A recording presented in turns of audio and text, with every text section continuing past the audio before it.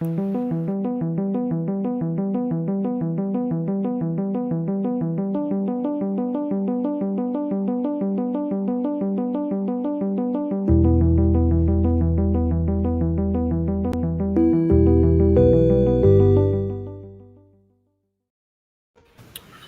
and welcome to Dash 28 Live. I'm your host, Mike Atkins, and today we are bringing you the Table 3 match from the final round of Call to Arms 5 between Tom Robinson and Keith Conroy. Hey, guys.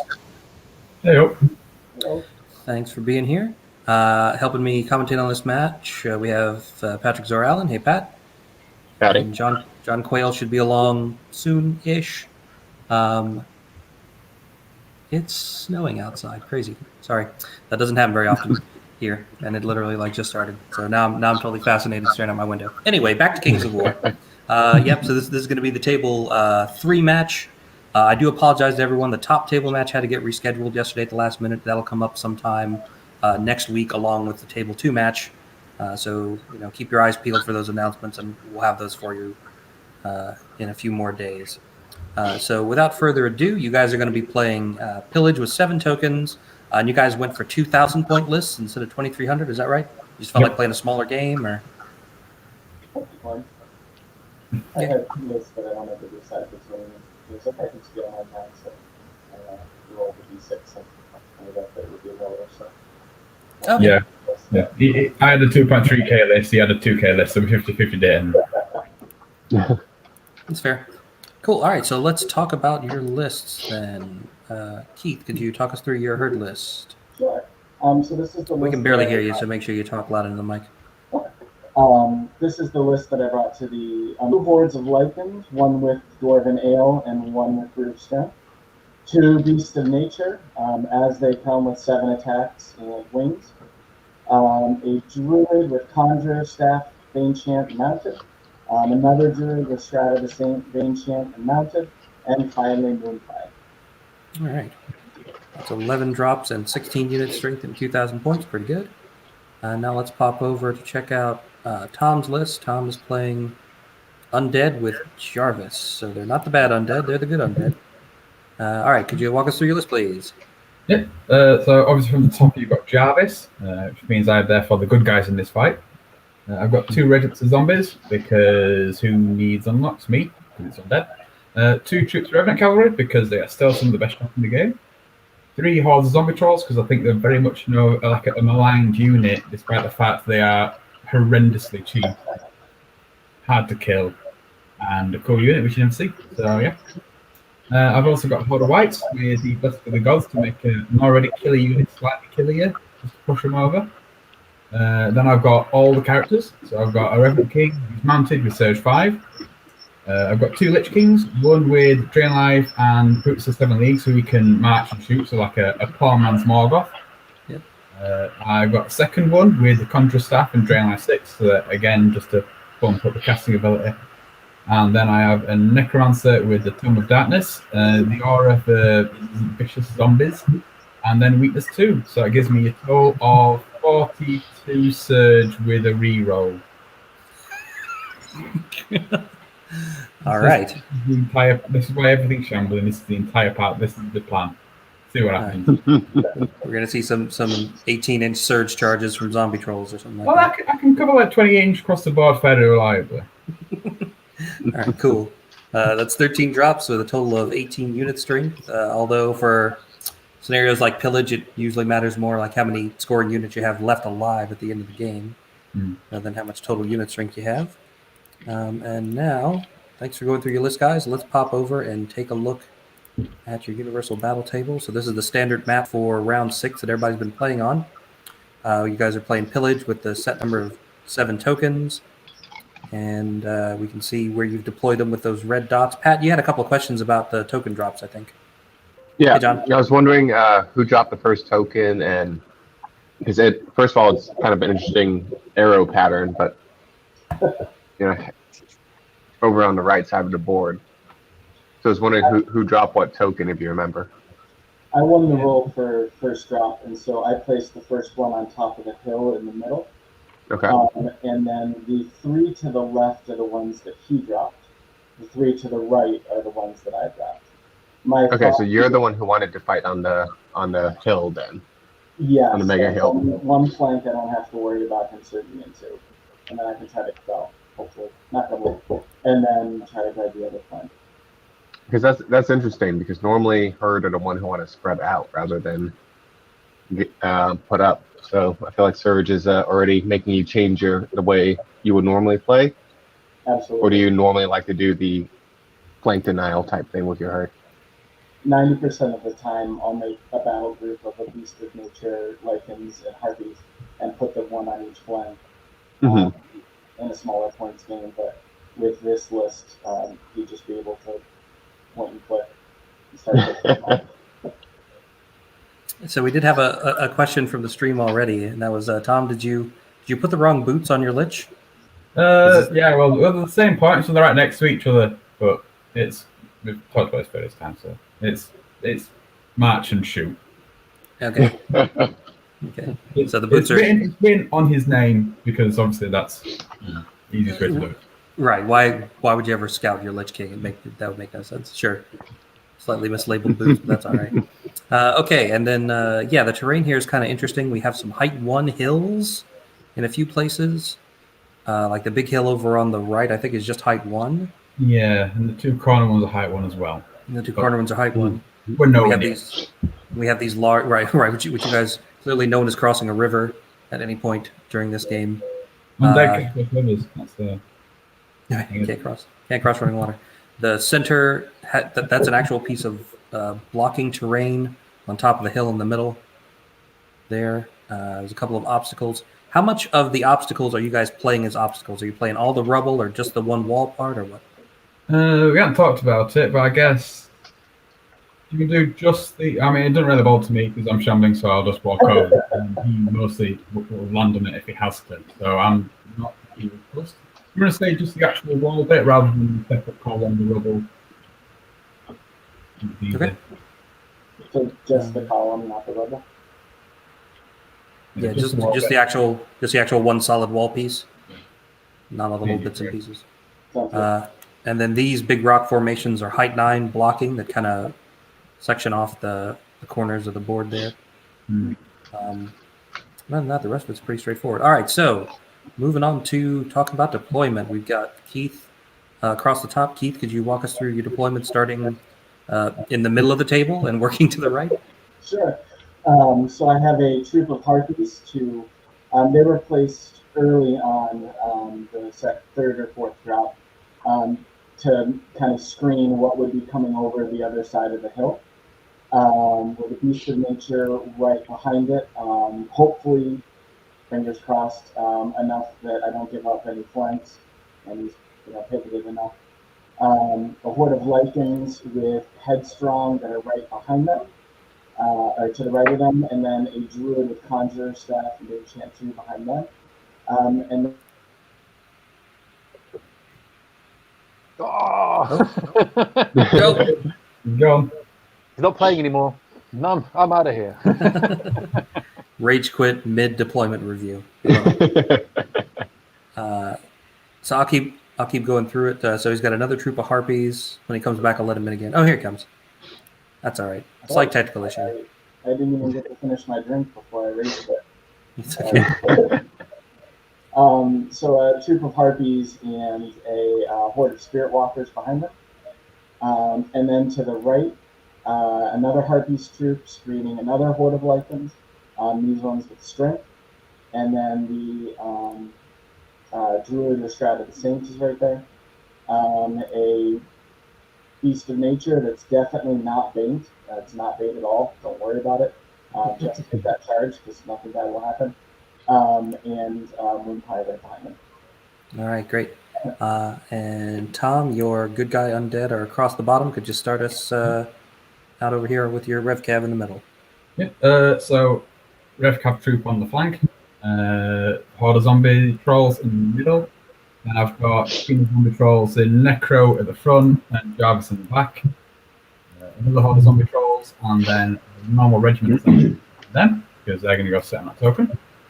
A troop of Revenant Cav between another horde of zombie trolls. And then I've got my little cluster of heroes down here. So I've got my Rev King on horse at the front. I've got my Lich King with Control Staff from the left, and I've got the Levitating Lich King on the right. And then on the far right, I've got a Zombie Regiment rear and a White Hog on the right flank. All right. Cool. Thanks so much for walking us through that, guys. Good luck to both of you. Have fun, and we will see you back here when you're done. Yep, see you about. All right, let's bring up their clock.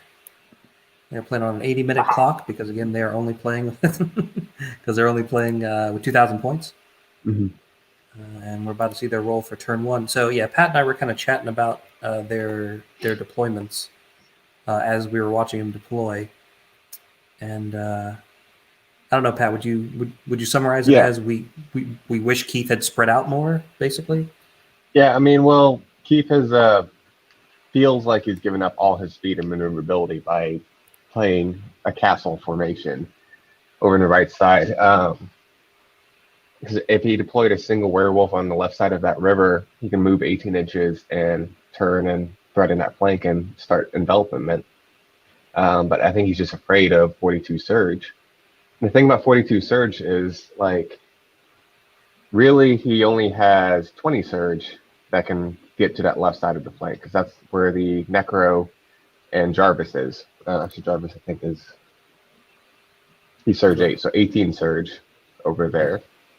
He might be able to get one of the Liches or something over there, but like 42 Surge isn't going to be able to reach every single unit except for these center guys. Right. Because, I mean, at some point you've surged the unit out of surge range of your other casters. Yep. Yeah. And Jarvis has, what is it, 18-inch range that he gets? Or 24? He does, which helps, but the thing is Jarvis is the one who's already over there. Mm-hmm. And when you have speed 9 and speed 10, you can easily sit out of that surge range. Yeah.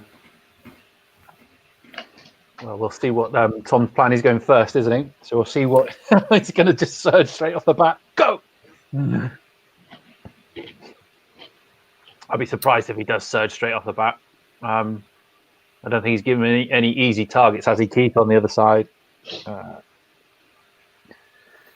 No, not really. The only reason you would want to surge this early in the game is if there's some particular position you want some kind of board control. And then it's really risky that you overshoot it or undershoot it.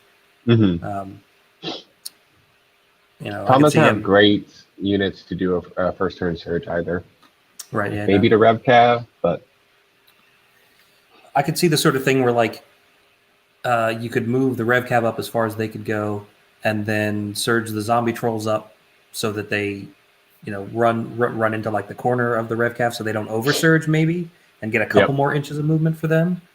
But then they're on top of each other the next turn. Zombie trolls already go 6. Yeah. He doesn't need to with the amount of surge he's got and the flexibility with it. I mean, I kind of jump away from what you're talking about spreading out for the herd. I don't know. I maybe ask him at the end, but I think if possible it was just sheer fear of one of the flanks being just hit turn 1 by a zombie troll horde, because you could feasibly set it up so the zombie trolls would end up being in the flank of something. So if he stuck like a lichen horde over on the left-hand side, there's a chance you could have not teleported, but shammed them all the way up, hit them in the flank, and then it had been 36 attacks on the flank of a lichen horde. Well, probably give it a good run for its money. But if that's the case, I'd have just deployed a little bit further back.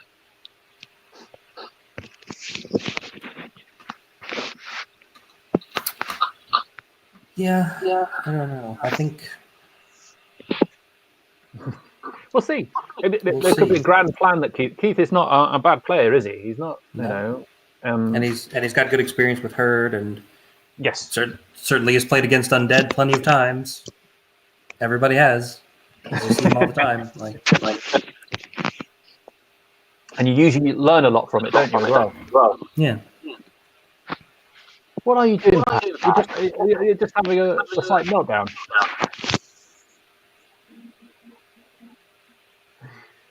Keith is pocket dialing us. Try. Oops. Yep. Technical difficulties. Seems to be happening more and more, doesn't it? Everybody seems to be using up the bandwidth. God damn them. So yeah, I mean, I'm looking at like Keith's list. It's a very typical kind of list. I'd take it like say 2,000 points for herd. You kind of got the obligatory 2 beasts of nature in there. You've got the 3 hordes of release options, the hard hitting capability. Keith is always adamant and take the brew of haste on the spirit walkers, but I have different opinions on him. But he's got, he's got a lot of speed. He's got a lot of flexibility, but he's kind of hamstrung by himself by putting it all in the corner. But we'll see. Yeah, that was kind of what we thought too. Like something to hold the objective and something to deny a flank on the hill is really all you need. But he's put a beast and Moonfang and a Lycan horde and one of his druids and some flying chaff up there. Mm-hmm. Yeah, that was one of the other things. Like Keith doesn't really have any units that he wants to leave back parked on an objective. He wants to go forward and fight and take the ones in the middle. Whereas Tom has those nice zombie regiments that he can just camp on those 2 and be up 2 points for basically the whole game and not really be missing anything except some chaff. But he's got RevCap troops for chaff. So here comes Keith's list is more designed to kill things and then last turn jump on objectives, while Tom's is more designed to hold objectives from early. Yep. All right, just 1 lightning damage. Yeah, he's only got the 1 lightning bolt. He hasn't got any other shooting, has he? No, it's like a bunch of weakness and surge and heal everywhere else. He's got drain life, so once engaged. Yeah, that's true. Once they get close.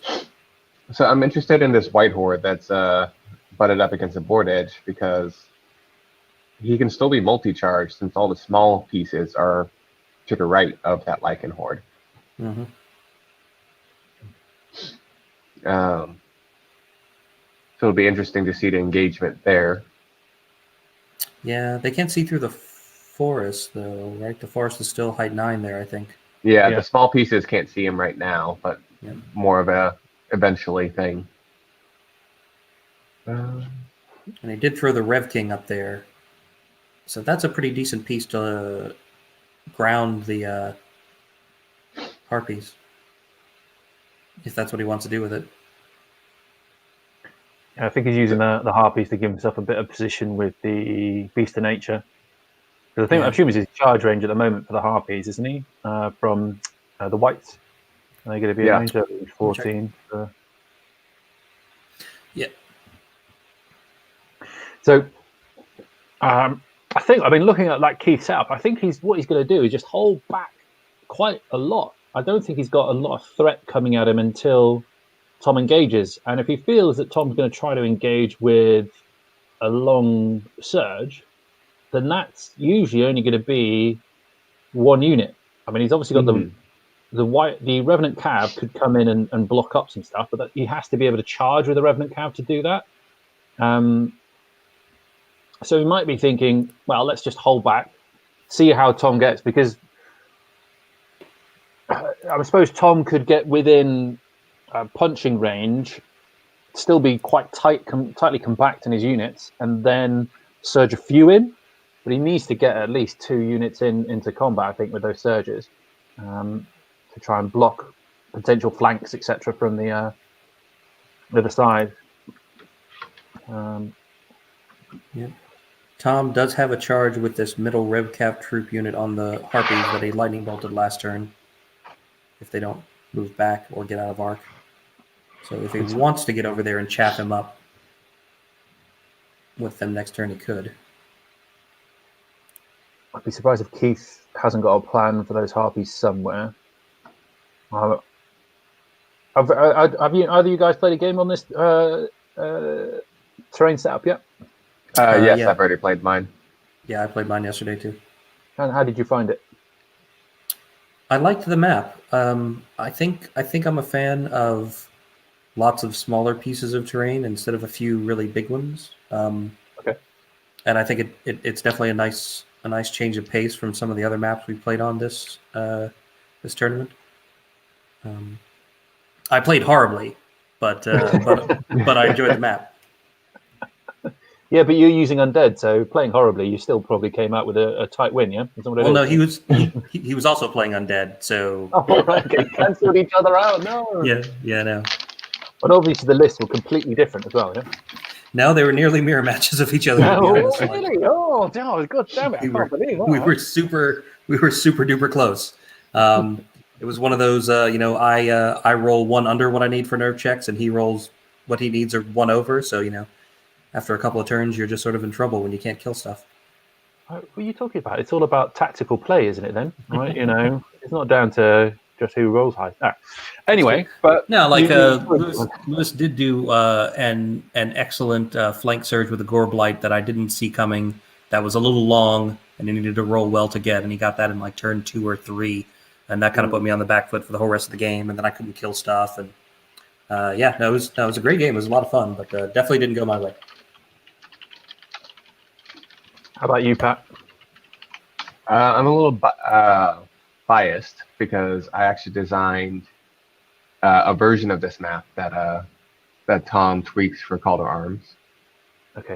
So I liked it, and I actually liked the changes Tom made for the most part.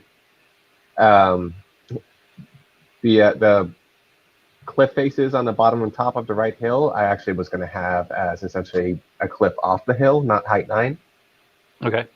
And the center is different than what he added, and most of the changes I liked. But yeah, I'm a huge fan of more smaller pieces of terrain rather than fewer larger pieces. Okay. Um, Interesting. I've got an early cab charge up into those Spirit Walkers. I can't believe he allowed that.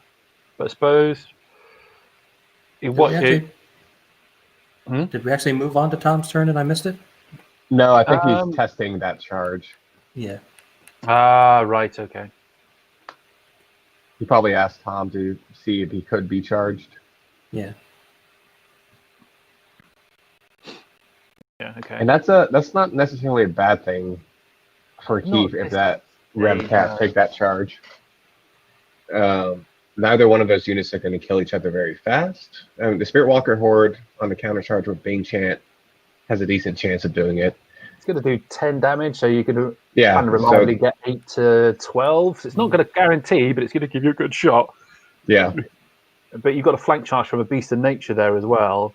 Depending on how the rest of the army sets up, you might want to take it and then have the Beast of Nature flip, because that would also mean that the Spirit Walkers then would be kind of protected possibly against the charge from another unit if the Beast of Nature is just standing in front of them. So yeah, I mean, so the only changes that that Tom made to it was to put in, you say, the height 9 cliffs, and then did he put the blocking piece of terrain in the middle as well? Did he? So I have blocking in the middle, but I was designing this for a specific scenario, so that blocking actually had openings to allow individuals to go inside of it. Oh, right. Okay. It was like it was a Stonehenge thing, but it was slightly like each henge had a small opening to let up to 40 millimeter character to enter. Oh, okay.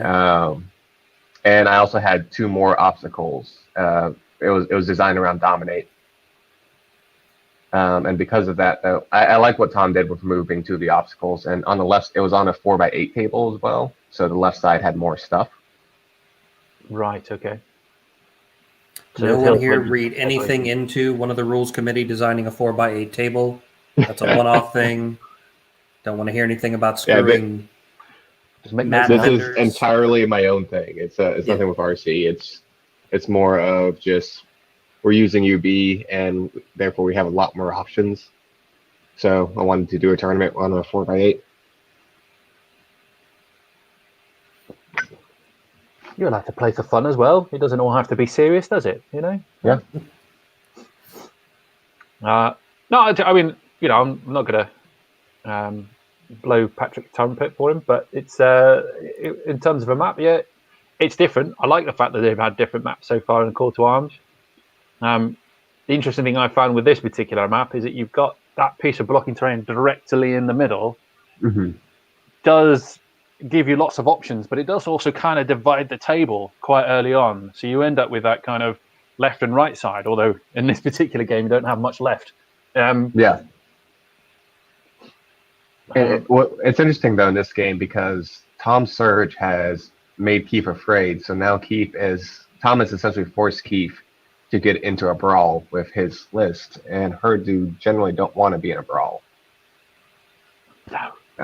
It's like I was using a old boxing reference. It's like if Frazier and Ali was fought on only half the mat, like the ring, where Ali won't be able to dance around.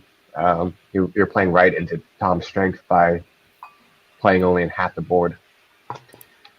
See, this is the thing that's got me. I know Keith. I've talked to a bit about with Keith about Herd and just like some different ideas and armies and how they play. And yeah, grind isn't necessarily their cup of tea. If you did, you'd end up almost be taking a nature army with a bit of like with a bit of Herd just chucked in for flavour. Yeah. Not much else. So he's not gone for a grind army here. He has gone for a typical speedy, hard-hitting, alpha-striking kind of like Herd list. That just he's got to have a plan somewhere. He's got to. I'd be surprised if he hasn't worked something out. Because I remember we had him on before, didn't he? And he was using a Basilian army with dragons and paladins on foot. Was that Keith? Might have been. Come on, Mike. Right, come on. You're here for everyone, aren't you? Admittedly, you might have blurred into one after a while, but yeah. As soon as every broadcast is done, it leaves my mind completely. I totally forget about them. Let's see. Keith played. I think it was like the third round. Third round or third round, which is like a month ago now. Yeah. Sarah Keith Conroy. Okay. Keith did play Lewis in round 4, and he did play Basileans. Yeah, that was it. Because I remember, like, Louis had the undead, and he had some catapults in the bottom right-hand corner, and all that Keith ended up doing was just, instead of going Alpha Strike with all the dragons, he just used those to chaff everything up, and then get the foot guard to pick up the tokens and run off. Yep, he did 1, 2, 3, 4. He did 5 regiments of foot guard, 2 paladins on high dragons, Samicus and Julius, and a priest. So 4 dragons. Yeah. But he's it was so good memory. Good memory. Yeah, that's it. That's how I stay on top of the game. Because I've got a feeling he's maybe just thinking I can take the 3 that are the 2 in his kind of deployment zone and then the 3rd on the right. If I can take those, I can contest the middle one quite easily. And I think he might not have moved tokens over to either flank, thinking if he puts zombies on those, I'm going to really struggle to commit or do enough damage to zombies to get rid of them, unless I sacrifice a lot early on. All right. Does not pick up a heal on a lightning bolted. He does with his Conjure Staff. He does. All right. Conjure Staff paying for itself there. That's it. Obligatory. I don't think it's obligatory, but it's really good on a BC2 or a Ancient 2 like caster, isn't it? Just to give you that little bit of assurance he's gonna cast the BC. Yep. So that should bring us to the end of the turn. Yep. All right. Over to top turn 2. So Keith just sort of edged forward.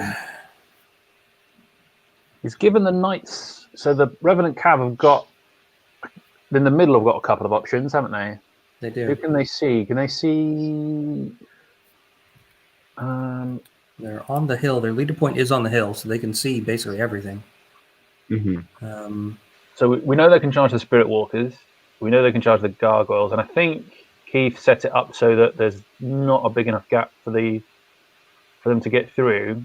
So I feel like he's tempting the Cav in. He's trying to pull them forward. Yep.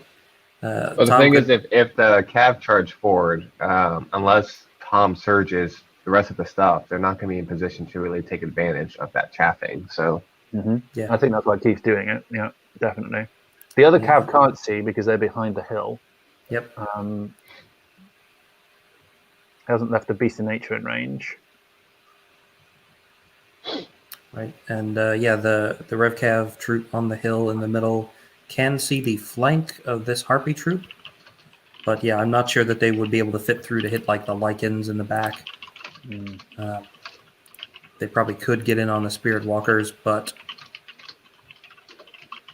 what would then follow up? What would be the subsequent punch after that? I've got a feeling that the zombie trolls are. I mean, they're hindered. They're not going to do a huge amount of damage. Zombie trolls. They're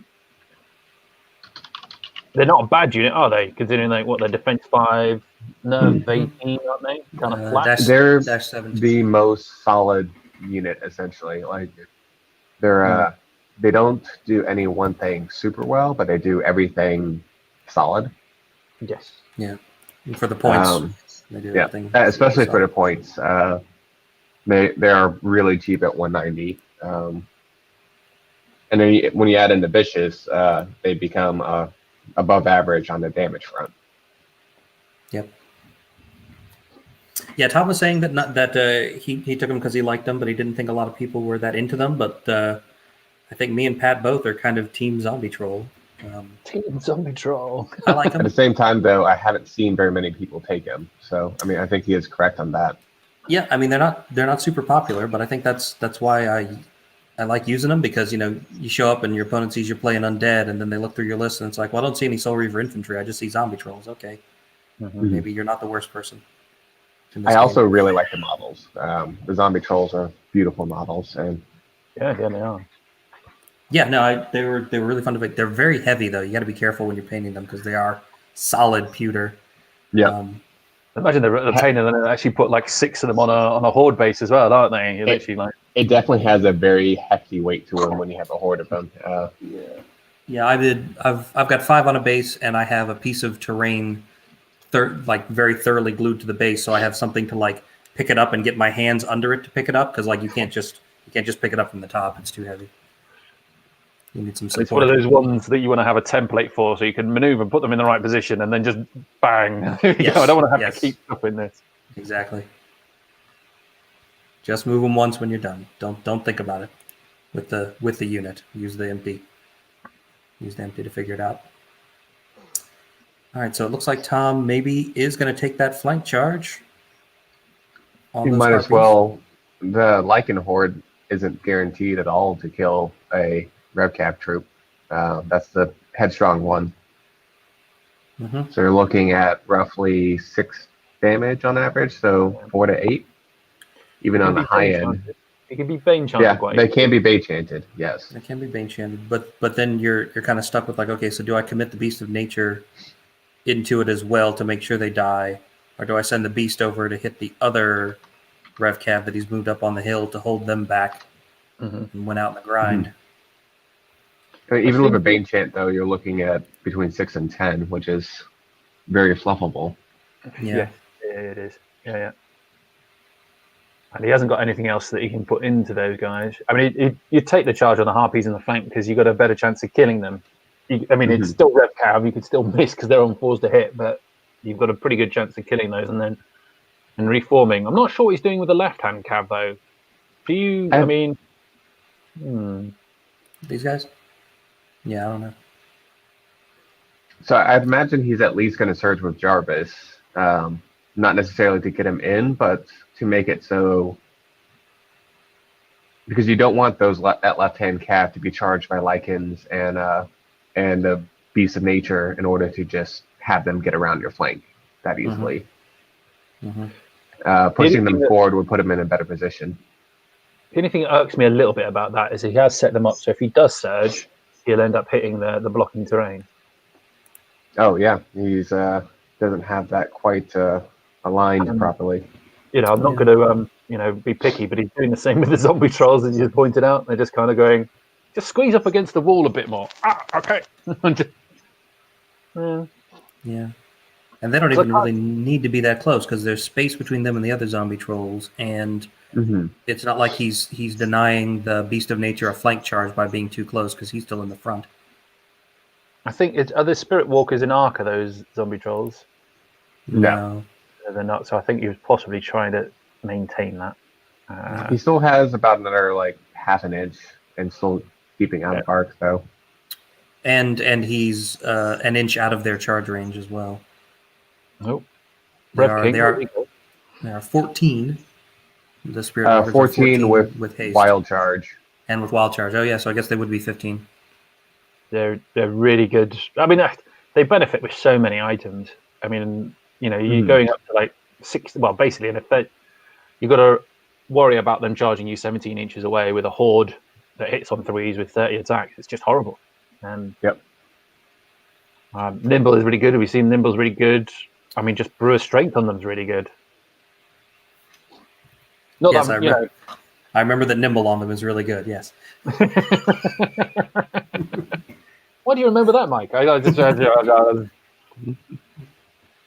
It's stuck in my mind for some reason. well, you know, after each cast, I forget each game. So That's right. You know. That's right.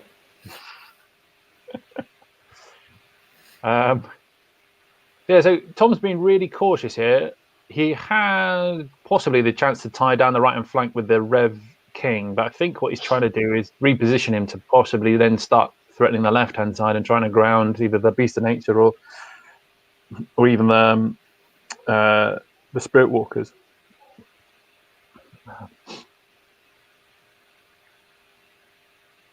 I'll tell you one thing about it. I've played on this map. The other thing, because they got lots of small bits of like woods, there's actually lots of opportunities to hide stuff. So I didn't do particularly well in my game trying to corner a brood mother, and she just kept dancing around a wood, and I kept going, "Oh, I can't see you now. I can't charge you." Which I'm going to blame you for, Patrick. So it's your fault.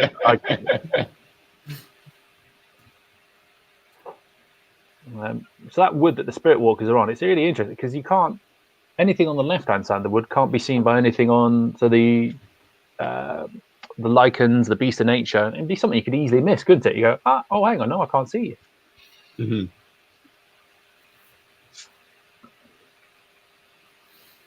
So it looks like Tom's maybe going to try to delay the right flank, which is pretty smart because that's where a lot of Keith's like punchiness is coming from. You got Moon Pie, you got the British Strength Lichens. Those are his main source of damage. Yeah, Moonpine's a very important figure in this because if he can get involved in a combat with either the Spirit Walkers or the Brewer Strength Lichens, their damage potential just goes up an extra like 2 or 3 damage can be change of combat. I don't think Tom has anything in his list that can stand up to a charge with Moon Pie and any of those other big guys. No. So it feels a little bit like just a Mexican standoff as well, doesn't it, at the moment? Just, you go first. No, you go first. You go first.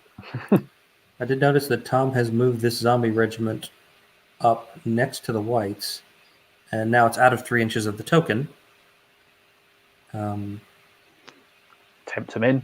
If you charge those zombies, you're gonna die because he hasn't got anything to counter the whites at the moment. Because the whites, I suppose you could put the harpies in, but you'd have to ground, wouldn't you, as well? If you didn't ground, they would leap over the top and flank charge or whatever the zombie.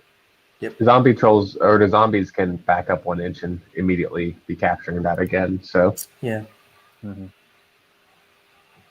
Zombies are surprisingly resilient because of that dash 15 nerve.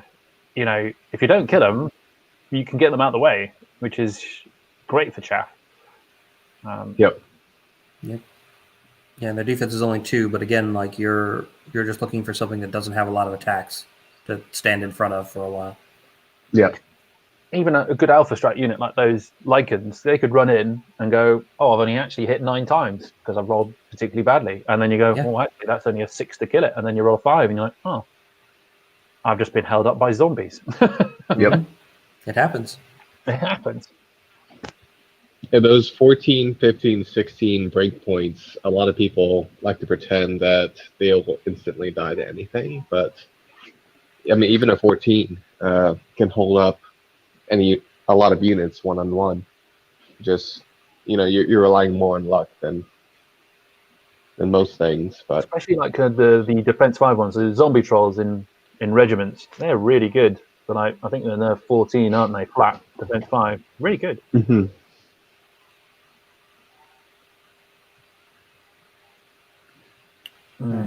I think Tom is down to figuring out where to put his characters so they don't accidentally catch a heartbeat charge or anything like that, which means he's probably nearly done moving. So on this left-hand side, he's obviously set up one unit of RevCav to counter whatever is left of the other RevCav. That's interesting. He's doing drain life. I figured the left he moved that guy for surging, but He's just trying to guarantee a kill. Yeah, that's interesting. He's already got him in the flank. already got him in the flank. Those guys are not inspired. Weakness on the Lycans is pretty clutch. Yep. And he gets it.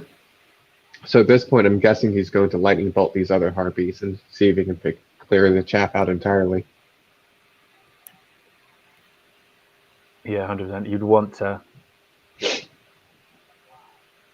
he can start winning the chaff on, there's no more units one to just slide over and capture an objective slyly or lock up some of the zombie trolls. He's going to take it, isn't he? 3 misses.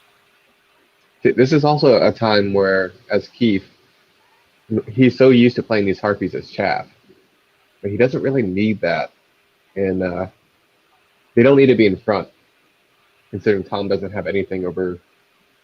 He has the rev cab at speed 8, and everything else is speed 6 or 7. Yeah, I mean, I'll be honest, I rarely with Herd put the chaff at the front because they're just so fast. You don't need to. I mean, Yeah. you could.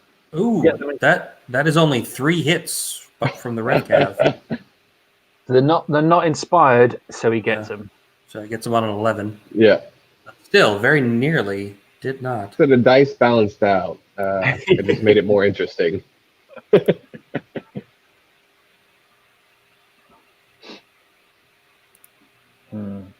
So I haven't set up for any stats today, so I'm not gonna do any stats. I was running late.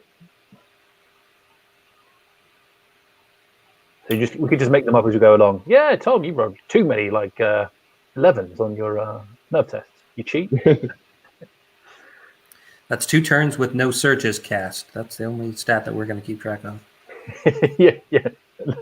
How many surges did you cast? You actually only did surge once. Do you feel like you overpaid? No, because he's undead. They're cheap. What is it for a necromancer? Necromancer with surge is 50 points. 50 points? Yeah. I mean, it's essentially a human wizard, but you switch lightning bolt for surge.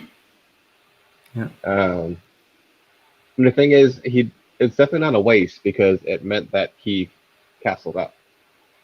So even if he doesn't cast a single surge in his game, he's got his investment back. He's looking at his options in terms of targets. Do you take the target now or do you hold back?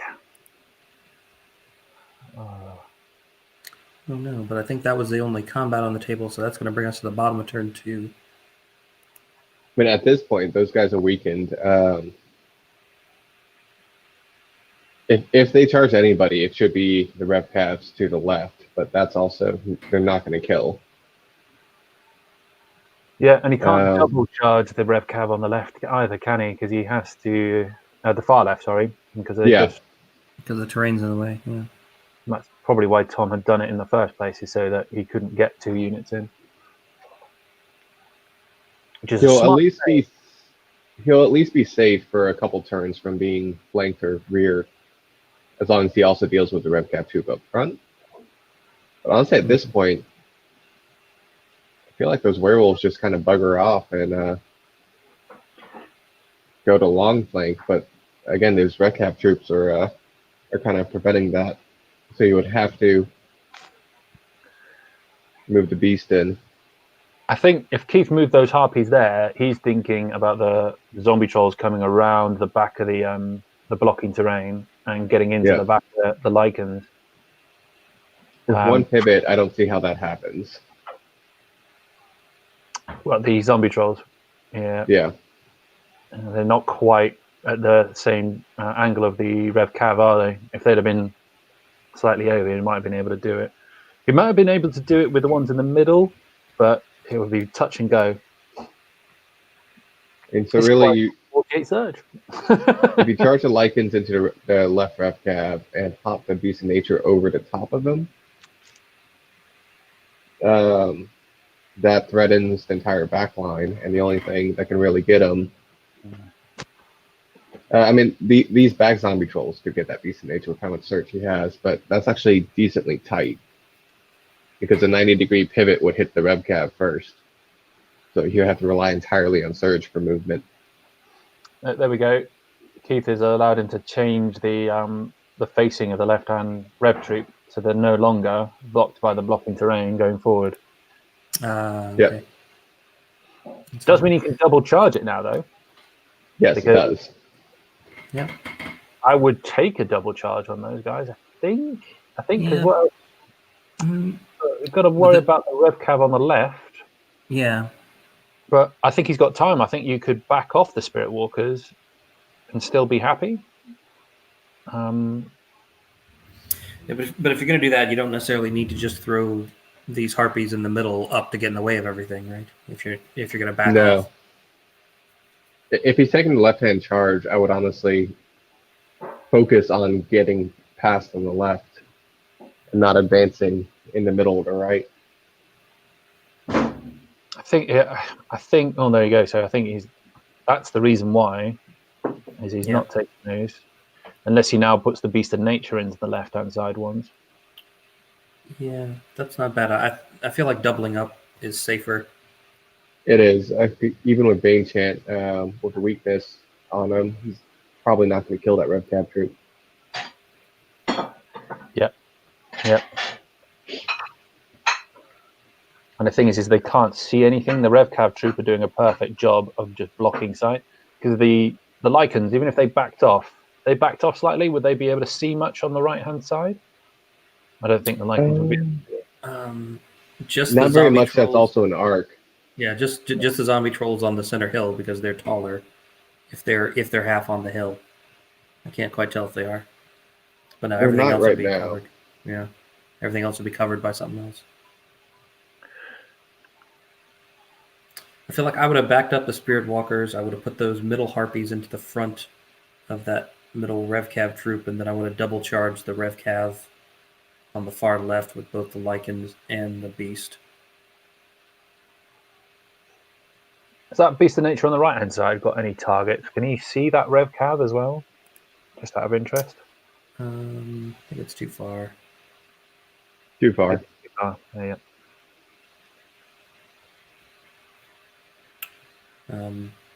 But he's bothered to chaff up the whites, so yeah, he's got to move up aggressively over here on the right side as well, or he's just throwing away his chaff. He is. Yep. That's not bad bet hedging there, because if they don't, if the harpies don't ground the whites, then the whites are at least hindered going into the woods to hit Moonfang. If they can even get Moonfang there. My concern is if he doesn't protect the flank of the Beast of Nature, that could get flanked by a zombie troll horde very easily. Yeah, because that zombie troll horde can definitely get hit by pretty much every surger. Yeah. And at that point, it's kind of even if it's not a good idea, you do it because it's funny.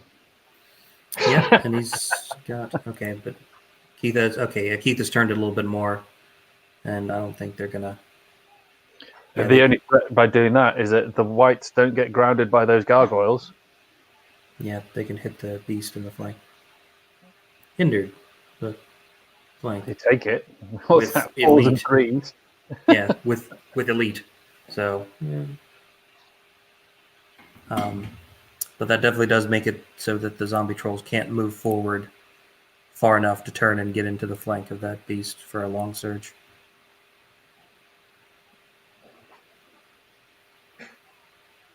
I don't know. I've got a feeling Yes. this is gonna be. It's a big commitment from Keith early on. I don't think he needs to do it. I know he's not. I mean, he was allowing those rev cav to possibly screw his day up a little bit and allow Tom to maybe move forward. But what were they done? They'd either charge the front or the flank of these spirit walkers. Either way, would I take it? Probably take a flank. I'd have to have it in the front. But then they'd die in return.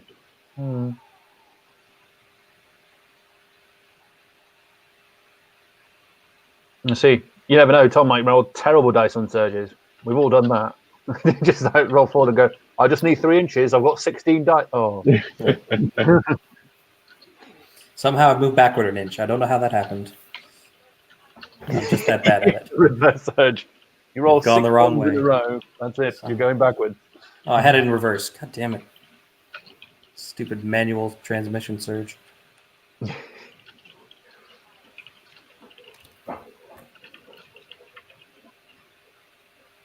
Yeah, that is putting a lot of pressure on that Harpy troop over on the right to ground those whites. They ought to be able to do it, but if they don't, that could be a 8 pretty attacks big on 4s with vicious. They should do a wound, but yeah, 4s and 5s, they should.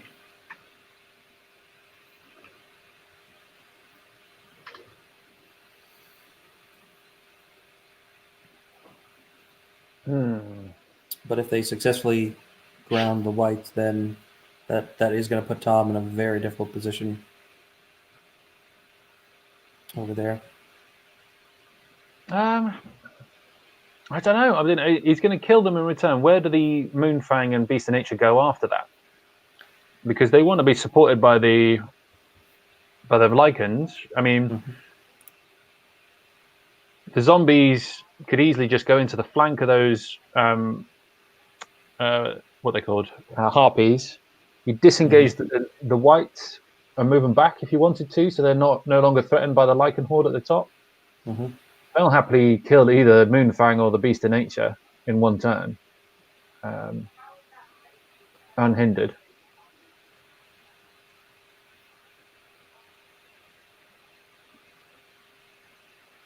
We'll see. Keith may have a plan that we don't think of. He's also moved away from that token at the top right as well, hasn't he? So he's left the token on the top right. There's nothing to take it with. Maybe he just feels like I could take all of Tom's tokens. I don't need mine. I can just take all of yours. The Lycans over here have moved up enough so that I think they're in charge range of everything. Or not. And they take them all the way back. Start over.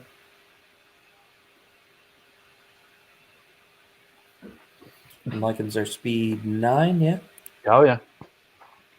But they don't have wild charge or anything like that. Just Oh, geez, imagine with wild charge as well. Just like go.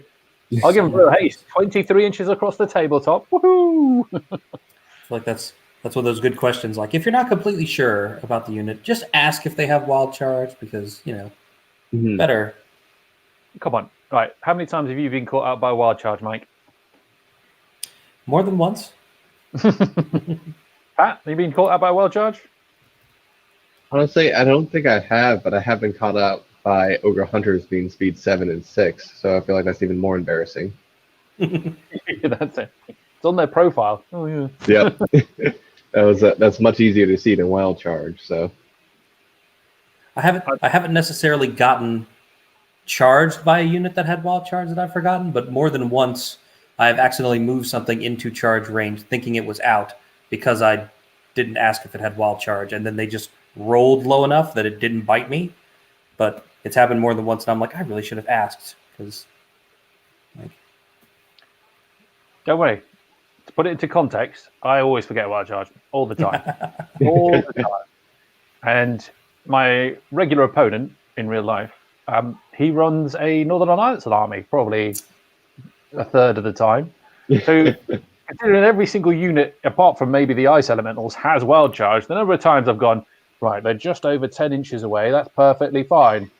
And my opponent, being the arse that he is, will turn around and go, yeah. They are, in fact, outside of 10 inches, yes. You are correct. And Muggins over here keeps forgetting. And then, you get a horde hit you and you go, considering I have a charge range of 18, why did I let that happen? Because I'm an idiot. The biggest thing I've caught people out on Wild Charge is in Trident Realm. They have the Wild Charge aura. And I've caught people out where they didn't realize that I would just move my mage at the double not cast in order to get that extra inch. Is it the Kraken that comes with like Wild Charge as well, doesn't he? Is it the Kraken? Kraken comes with Wild Charge D3. And then the Dual Aqua Mage, you can buy a Rising Tides aura to give +1 Wild Charge. Yeah, it's a very sneaky thing. And then he's done the same thing to me. Funny enough, because I keep forgetting about Wild Charge. He's done that in his own army. All right, so we got Bane Chant off on the werewolves or the Lycans. I like that. A little note. Yeah, I haven't used that one. That's a good one. Canceling out weakness. It's important to remember that it's only canceling out weakness, not actually giving them a +1 strength. Mm-hmm. Yeah, I mean, it's going to be a big. If he can get rid of that cavalry unit, it does open up that flank because there's no way at the moment he can get past. The Rev King can't see them. It does open up those. But then the Lycans have only got Crush 1, so it's actually. Is he really that bothered? Because zombie trolls could probably take a frontal charge from Lycans and just Crush 1. Yeah. And he's got enough drain life over there that he could make back whatever wounds they make in a turn or two. Here's the beast. But he wounded with everything, damaged with everything, sorry. Is he inspired there? I think he is, isn't he? Because he's got the neck. The Lich King's right there. So they're both inspired. So that was 4 wounds and then a 7 roll, which is going to be an 11, which isn't enough. Get rid of a Rev Cav troop. That was a pretty good start. Oh, that is a... Oh, there you go. Balances out. There you go. 9 15 damage. hits. No, 15 hits on 18 dice, and then 9. And a 5, that's a 14. Got him. So that's going to be a reroll. Yeah. He's got a Lich King nearby, and a still 6. got him. Yeah, pick them up. It's a good pickup. It's a very good pickup. It definitely evens it back out over here in the middle. Or left, depending on, whether you're talking in relative terms about where the battle is actually happening versus the actual size of the table. All right, so that was one combat. Has he kept the Rev Cav in Arc, just out of interest? Is it? No, he's not anymore. He's turned them again. Yep. So that's one combat for Keith that was a little iffy, that went his way, and now that's 5 hits, and that is 1 wound. Reroll 2 for the wounds vicious. with vicious. Yep. Yeah, he got it. So he does ground the whites. So that was a big gamble for Keith that has paid off. The whites are on the ground. Massive gamble. So he's not going to be losing that Beast of Nature to a hindered flank charge from the whites next turn. What's he getting from it, though? What is he going to get from it? That's the question. What is the advantage? Well, he got to move all that stuff on the right up. But yeah, how does he really capitalize other than just board position? Now that brings us to the top of turn 3. So let's see what Tom does in response. He left enough gap for them to get past.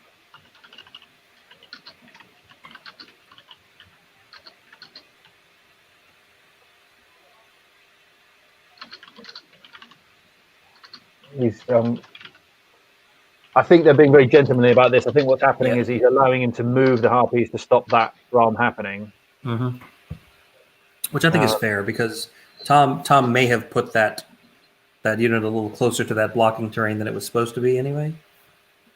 Yes, and I think possibly that where it kind of balances out. You could be a little bit more forgiving with people than stupid things like a bit of give and take. There you go. instead of putting over, being finicky about being over blocking terrain. Because let's be honest, how many times do you want to turn your unit until it goes perfectly? That's the one thing. You can't just do it in real life. You just go, donk, right, there we go. We knew we could do it. We don't have to mess about. But, yeah. Okay. Yeah, but Keith's intention of putting those harpies up there was clearly to keep the zombie trolls from being able to slip between them and the blocking terrain. So I think he's trying to see if he can get those zombie trolls to slip past the harpies into the lichens. So that's going to be a no.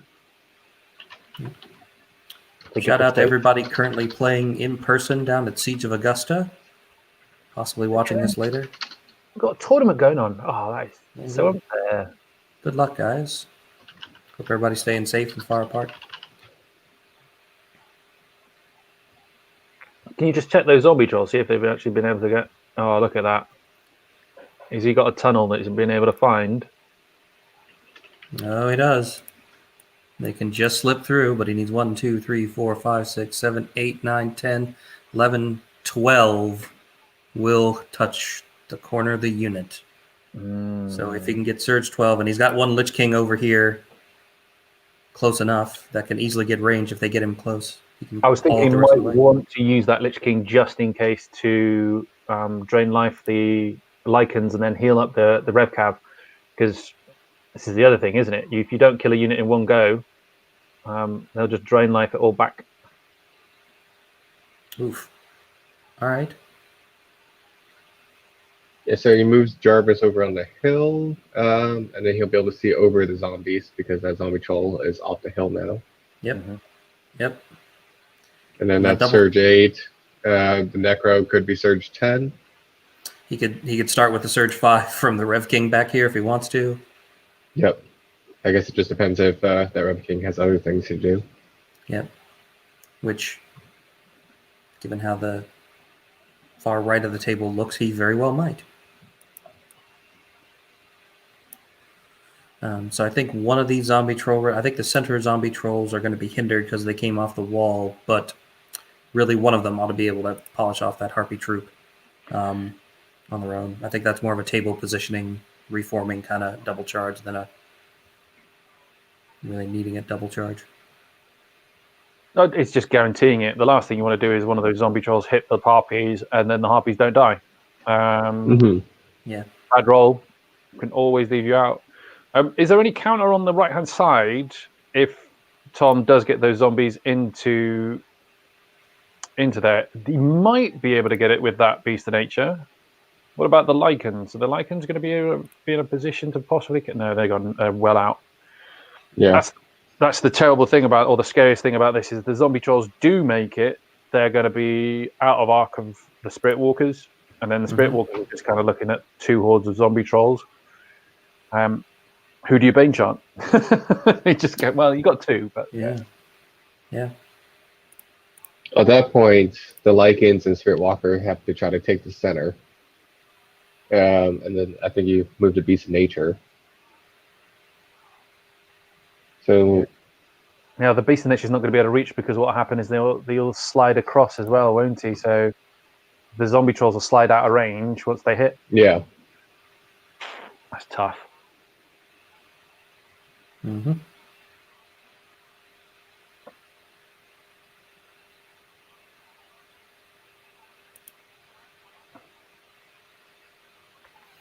And the magic number on that long surge is, again, 12. Yeah, so if the left zombie trolls hitting the Harpies move to the left, they can actually get out of line of sight of both the Spirit Walker hordes and the Lycans, which would be really bad for them. Yep. And they have a little more than an inch, almost 2, well, inch and a half probably before they hit the terrain. Do they then go onto the hill, though, if they do that, just out of interest? So would they go onto the hill if they shuffled over? I think 1 inch, maybe not, but up to the terrain, probably. Mm-hmm. So you're only going to think then the Lycans may be able to escape. Although, does that help him that much? I don't know. Because then the zombie trolls are then going to have a little bit of flexibility next turn to turn and be surged. So you kind of like catch-22 with those, aren't you? Hmm. Okay, they're checking on a surge-related rule. Looks like. You can end within 1 inch after a surge. That's not a problem. Yeah. Nothing happens to it anymore. It's not like in the previous rules where Yeah. you get bumped at the end of your thing. No. I'll let Pat. Surge is like an overrun. If you end up being in range, most of the time you've tried to charge into something anyway, haven't you? Most of the time you're going to be hitting the thing you're trying to get.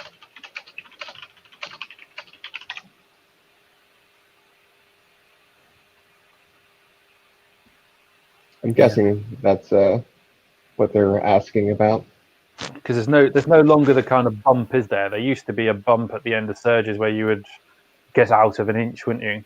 But you just don't have that rule exist anymore. Right. Yeah. Because if that was the case on the first surge, if he got within an inch of the harpies and he had to bump an inch away, then he wouldn't. He'd be charging the spirit walkers at that point. Correct. So you've slid further up. But you don't do that anymore. You just leave them. You just play the ball where it lies, right? Yep. But having said all this, I don't know. In the zombie trolls, they're going to do damage to the lichens, but they're not going to do a huge amount of damage in the front. They're going to do. You're looking 7 to 8, which these are the headstrong ones, so they're actually one of the better ones to receive a charge. Yeah. And depending on where the zombie trolls below end up, they could end up corkscrewing out of the way. But with how many surge he has, you know, he can just turn around and surge into him. This is the advantage of the king, isn't he? Just throw him in. Throw him into something, hold him up for a turn. So he is hindered and only has 3 attacks, though, so that's not a guarantee. The thing is, though, what do you do if you don't? Killing him is at nerf 14, so even with if you still kept the thunderous, that probably puts you in good stead. But if you don't have the thunderous, you're going to find that really tough. Right, but the Rev King isn't mighty, so if he doesn't do a wound, they can still just charge right through him. Yep. Oh, good point. Sorry, I just assumed he was mighty. He's not, is he? No, that's the vampire. He's not that cool. I hate vampires. No reason whatsoever. No reason. No. Just a blanket hatred. So it looks like Tom didn't back off his whites. He could still, after he will still be able to go back D3, and then what happens is the zombies will then stop having a lichen horde, stop the lichen horde being able to fit. Yeah, I think he's checking his reform options now. Okay, figuring out where to put his Lich King so it's not in the way after reforming. Well, right now the Lich King also can't see the harpies to heal him up.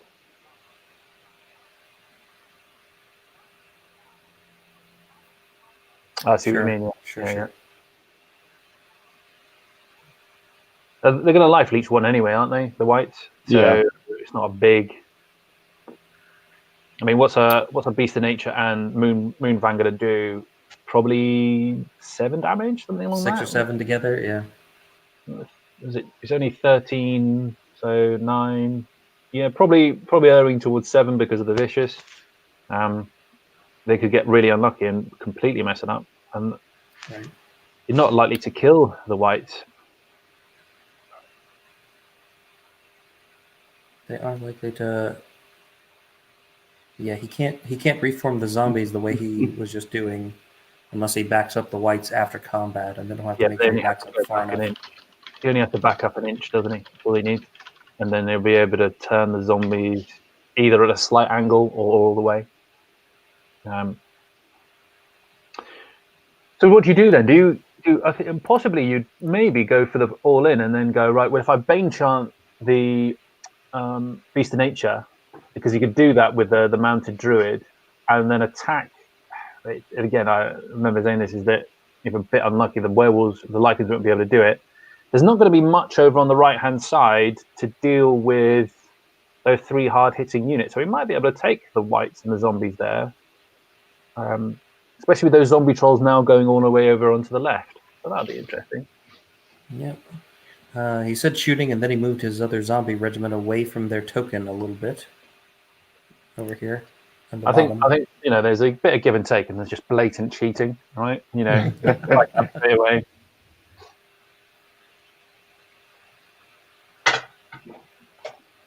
All right, so he's going to start with. Oh, yeah. All right, so he's starting with that one. Gets 4, so that's a quarter, and they re-roll. That's Conjurer's Staff. Yep. So that's 4 out of the 12 he needs from the first caster. And then here comes the second one. It's a Necromancer, so he's only going to have Surge 6, I think, was it? Or did he take the tome? He's got the tome, so he's got Surge 10. That's another 4. There's another 4, so that puts him 4 away. Do you have like Jaws kind of music here? Oh, and there's 7 right there, so he's going to be able to get to Drain Life as well. Yep. I can't believe I didn't think to do that. That would have been the perfect time for the drum roll. Oh, well. It'd have been a long drum roll. I think the Jaws music would have been better. All right, yep, and now the Drain Life.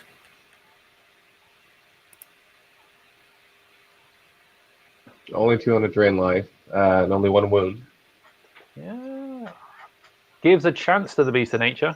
Gives him a chance. Because those Rev Cap will be down to 2 after they do some damage. If they do damage. 5 to damage him actually does give the Beast of Nature. Yeah, but true. Going down to 2 would make it really tough for him. All right, so that was a 12-inch surge from Tom to get zombie trolls into the front of a Lycan horde. So he didn't underpay for it. He did not. Oh, overpay, underpay. Yeah.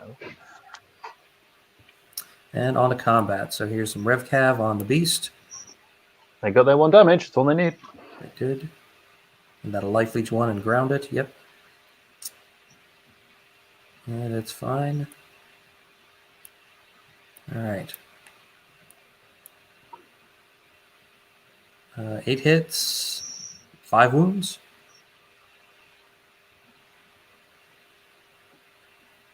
Is it 6 wounds? Oh, they're on defense 4. Okay. Yeah, they're in defense 4.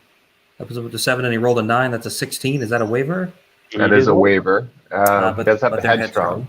Yep, so that'll be a big Headstrong roll for Keith next turn. I'm glad they turned the Headstrong into a 3+, because that was... I remember the old dwarves and having it on 4s. It was really like hit and miss, wasn't it? Mm-hmm. Yep. Rev King gets the 1 hit it needs, and the 1 But 3 actually makes it feel impactful, where you could kind of plan around it a bit. All right, so the Rev King does do 1 wound to the Spirit Walkers. That will hold them there. I'm not sure that he should have rolled both of those together because I think one of them was hindered, but kind of doesn't matter. It was very close, I'm going to say that. And only one of them was in the Vicious Aura. The hindered one. Whatever. He didn't use the Vicious, though. So That's maybe true, he didn't. Yeah. He rolled like 6 1s. All right, so now reforming these zombie trolls in the middle.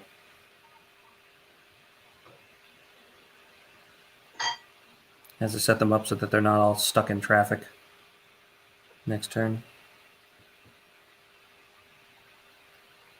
3 inches on a backup, that's really good. That's kind of what you want there. Make as much space as you can for the other one.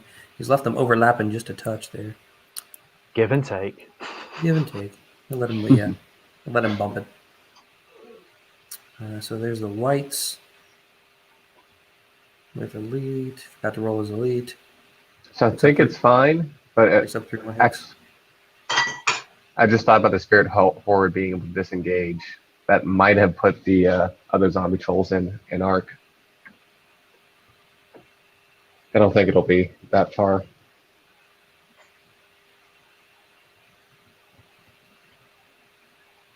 All right. There's a big backup roll for the White Horde, Run away! which gives the zombies more than enough space to turn and block out the Lycans from being able to get to them next turn.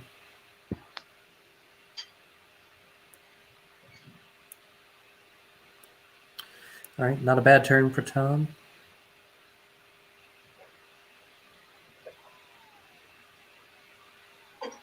He did one So this wound in is- the places where he needed to do one wound. He picked up some of the easy pickup units, so he didn't flub any of those, and he did a decent number of wounds and got a waiver on the Lycan Horde, which they'll probably shrug off with Headstrong, but we'll see.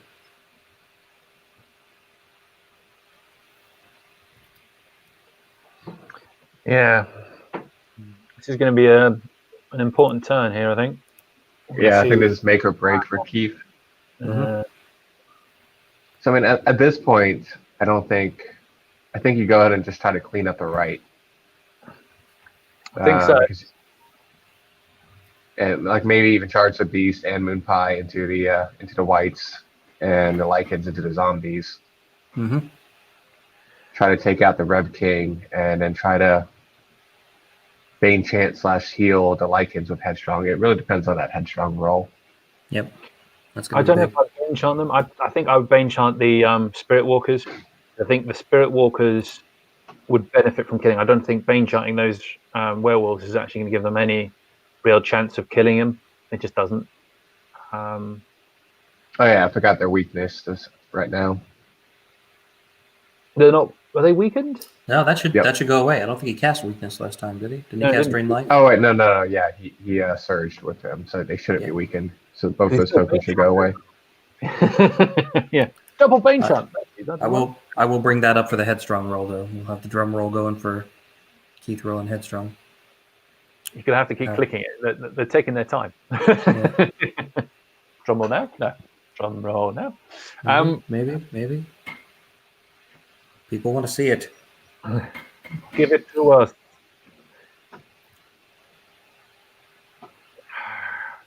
Because having seen the effect of that surge as well, is Keith gonna? Because if he does charge those zombies over on the right hand side, here we go. Headstrong and regen. Drum roll. Got the And he gets- regen. That's Headstrong, isn't it? Because that's That's the regen. Headstrong. All right, yeah, got the Headstrong. Here's one of the things that very few people do correctly. Technically, he's supposed to issue the order before he does the regen roll. I don't know what else he would do other than go back to zombie trolls, though. So That's true. Yeah. Although he hasn't said it yet, so but we'll assume it. Well, I said CC first, so I assume that's countercharge yeah, for the Lycans. The 3-inch markers over the top of the Spirit Walkers. It's just confusing. Just confusing.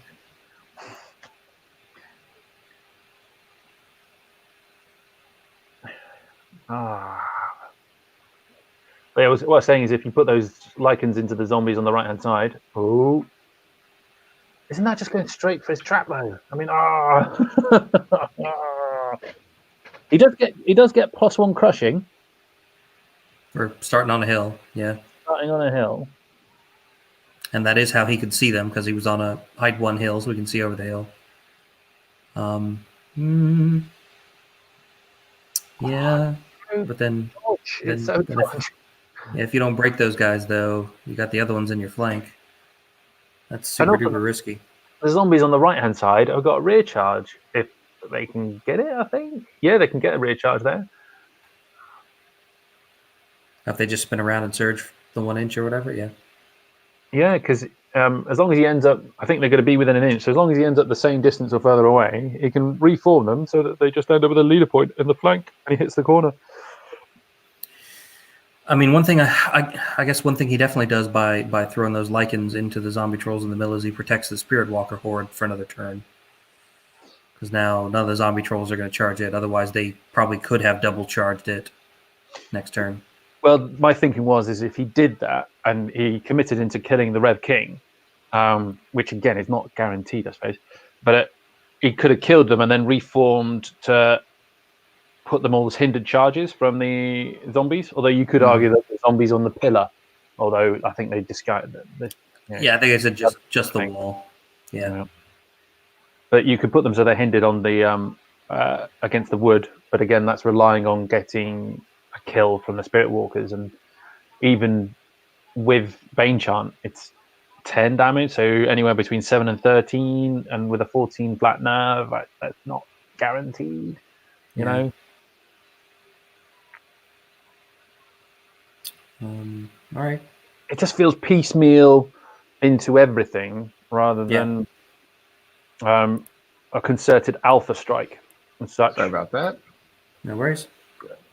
Well, it's a bit late to call it an alpha strike. You know, you already gotta like when your opponent pulls a 12-inch surge out in turn 3 to hit you first. It's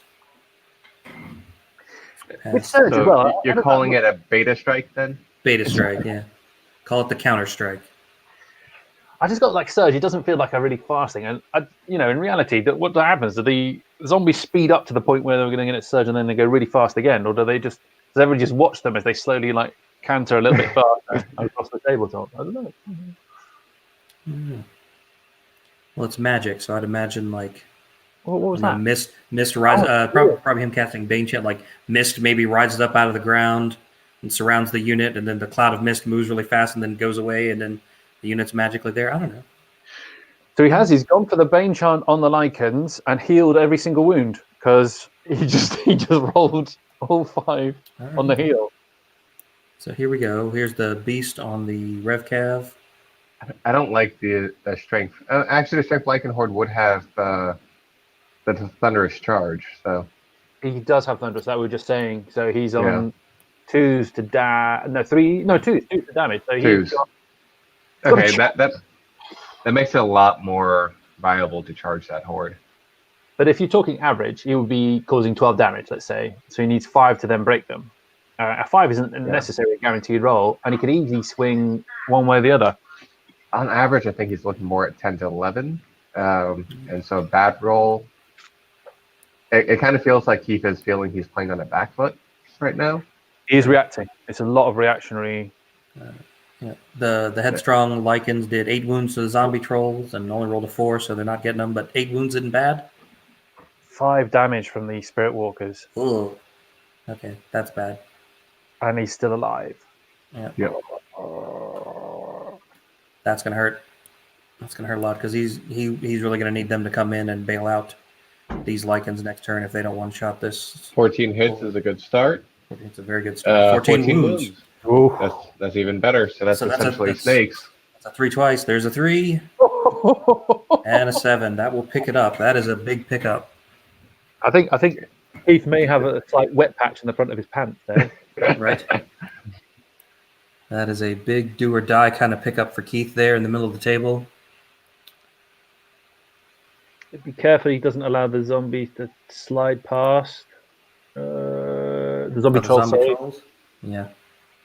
Because the zombie trolls could sidestep 3 inches. But they can't do it and then Yep, end they're up checking it right now. Yeah. But they have to end up the same or further away, and if where he was, I think the distance would have been anyway. Yeah. That's a massive pick up there. That was the one thing I'm learning about Keith is he goes balls deep, doesn't he? If he's going to go for it, So he did just give up a potential flank to the other zombie trolls now. If they disengage 1 inch and then reform completely around, they're currently in the flank. Okay. So that's a lot of wounds from the beast. Moonfang. He's rolling lots of dice. What do you need? An 8 twice now. But there's a 12. That'll get it. And that's a 6. Oh, there you go. So the whites stay alive for another turn, but they are sitting at 9 wounds. Not much healing around them, so... Well, there's a Lich King there with Drain Life 6. And only against defense 5, though. But against defense 5. True. But, yeah, it's going to be zombies into the rear with whites in the front, isn't it? Leaving Moonfang with a front charge. Horse. Okay. I mean, do you maybe split the charges up and then rely on Drain Life to make up the difference? No, I think knowing Tom, he will make guarantees. If he can guarantee that he can kill the Beast of Nature. So he's not going to go for the Drain Life, which is interesting at this. It looks like he's going to go for the surge. The Oh, he necromancer has the speed to be able to get the zombies in. That's true. That is Yeah, very he could get there. It doesn't look like he's 12. going for the reverse surge with the other zombies, though. No. I think because he had the front from the zombie trolls in the first place, didn't he? I think that he's just gone for that. And I think he's just Yeah. going to. He probably could. He could get lucky and get another waiver again, and then that's what are you going to do? Just you got a Lycanhorn now trapped. Yep. And as long as he can keep, I don't know if he can keep that necro within 6 inches and still be able to search a zombie, so he might be giving up drain life or vicious. Vicious, yeah. What's more important? I think he's just happy with holding those zombie. Although I suppose the Lycans could dart around, couldn't they, and rear charge the other zombie troll unit. They might not be able to draw a line of sight now that it's off the hill, because they're all the same height. No, because once you withdraw, you'll be able to see, and then you'll just be able to nimble charge. I think Tom's trying to block that with that necro. Oh, Because even though the necro isn't mighty, you still can't land on him. Yeah, so any kind of no, because the nimble. No, I think you'd be able to get around that. I think because you would be able to disengage, turn, and then he doesn't have to turn that far to be able to get him. I think he just moved in for the vicious aura at this point. Not any blocking. But does that mean he's obviously given up on the surge onto the zombies then? Oh, that'd be interesting. No, he can still surge with the Lich King. It just means then he's not drain lifing. That's what I mean. Yeah. Which means even if that means he needs to kill both of those units, or one of them might be able to kill the whites next turn. No, it would be 8 damage off a life leech, wouldn't it? So 8 damage against Moonfang. Touch and go. Mm-hmm. Yeah. It's not a guaranteed, but it might be a risk that he doesn't really need to take. All right, so here comes the surge onto the zombies. He really just needs 2, gets 4.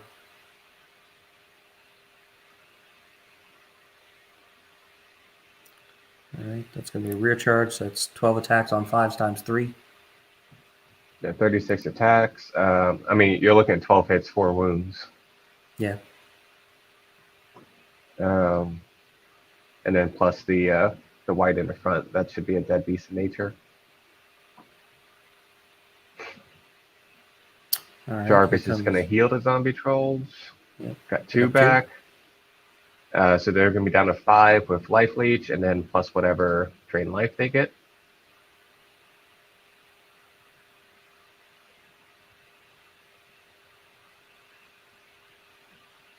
Not bad. 3. Not bad. So they'll be down to 2 wounds after all is said and done. Yep.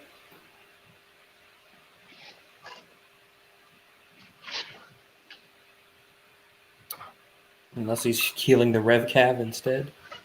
I don't know why you would. Red Cap has already done their job. Yeah. The zombie trolls have more jobs to do. Yeah.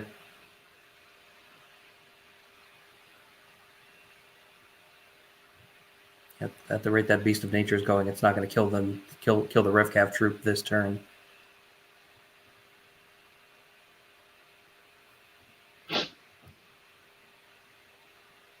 Okay, there we go.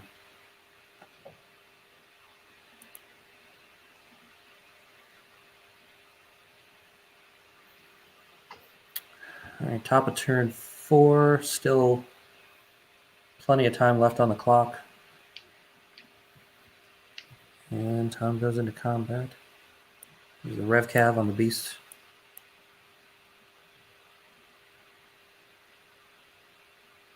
Did his 1 wound for the life leech and grounding. Yep. Still doing their job. That's a counter charge. He did 2 wounds. Okay. So that was the Rev King beating up the Spirit Walker Horde. Yeah. All right. Down here, This is usually what you want to do with your combats. You go from the outside in, because you're outside. You're your combat's inside the battle lines usually don't have as much reactionary power or need more reactions from what's happening on the outside. 3 more wounds from the zombies. For a total of 13 wounds, plus brutal from the whites. 14, and a 5 rolled. We'll pick up the Beast of Nature. Oh, Moonfang. Could he sidestep enough to actually get a Moonfang's arc? That would be horrible if he could do that. But I don't I think he'll don't think so. I don't think he'll risk their flank charge either. Wouldn't be Well, isn't Moonfang already? No, he's not quite in the flank. Never mind. Yeah, if you sidestep, you just give him a flank charge. That would be worse, because then Moonfang has a really good chance of picking up those whites. Yeah, he's got a chance of picking up the whites, and if he does, he's then just going to get bogged down by zombies, isn't he? And zombies and drain life, and just it'll last out the game. Yep. And there's with that blocking there, he can kind of keep him from skirting away too. Mm-hmm. But with Moonfang's position compared to the zombies, Moonfang can capture that objective and keep the zombies off of it. So There you that's go. 8 wounds. Oh, but they survive. They're not wavered. That's No, big. That's That big. is big. Especially with how much heal that Heath has himself, combined with the regen. Ooh. 10 wounds. And 5 rolled. That will get rid of those lichens. Brutal. Drain life, actually. Vicious.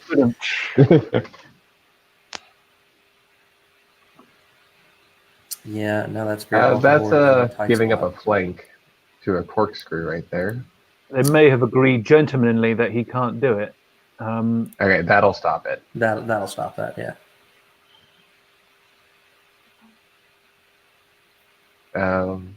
Still leaves him out of he'll still the be in a Spirit flank. Walkers. And that's going to bring us to the bottom of 4.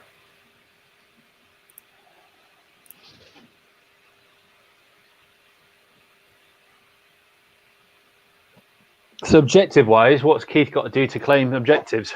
At the moment, he hasn't got any.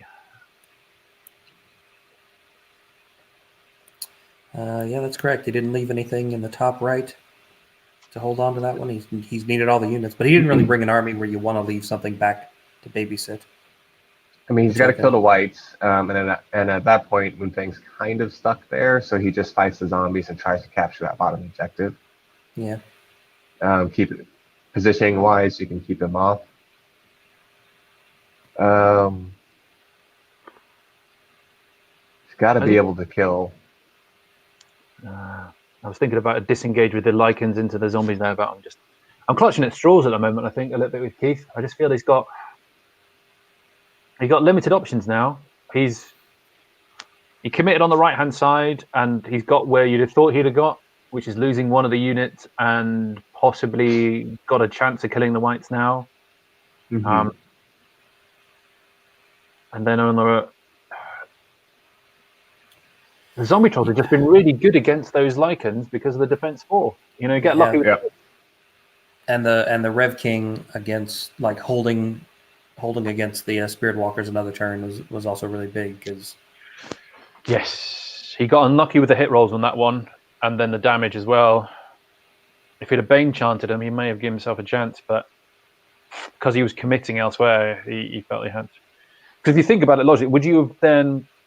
Ooh, a good regen roll. Got 5 damage back. So down to 3. I love it when that happens. I love it when that happens. And that's on the lichens in the middle? Yep. Okay, that's really good. That'll help him out a lot in that combat. Can you spare a Bane Chant for a heal? I would think you would do the Bane Chant just to try to ensure kills. Yeah, I think I would. Yep. Okay, sounds like they're having a little bit of a technical problem that they're working through. And so they got the clock paused. Yeah, because if those lichens can repeat their performance again like they did on the other zombie trolls and pick up that one in the middle, then that puts Keith in a much better position in the middle. He does, and being on 2s would mean he's got a chance. Being on 3s is not got a chance, and even on 2s, it's not a guarantee. Yeah. No. He's got to roll really well to hit, I think is what it comes down to. I mean, it's a dash 17 unit, so you got to get a lot of hits to get the damage up there. He also, if he could get lucky and get the Beast of Nature free from those. The Revcav. Yeah, from the Revcav. At the moment, I mean, they're not doing anything to each other. The Beast of Nature is negating the fact that token to Tom. Mm-hmm.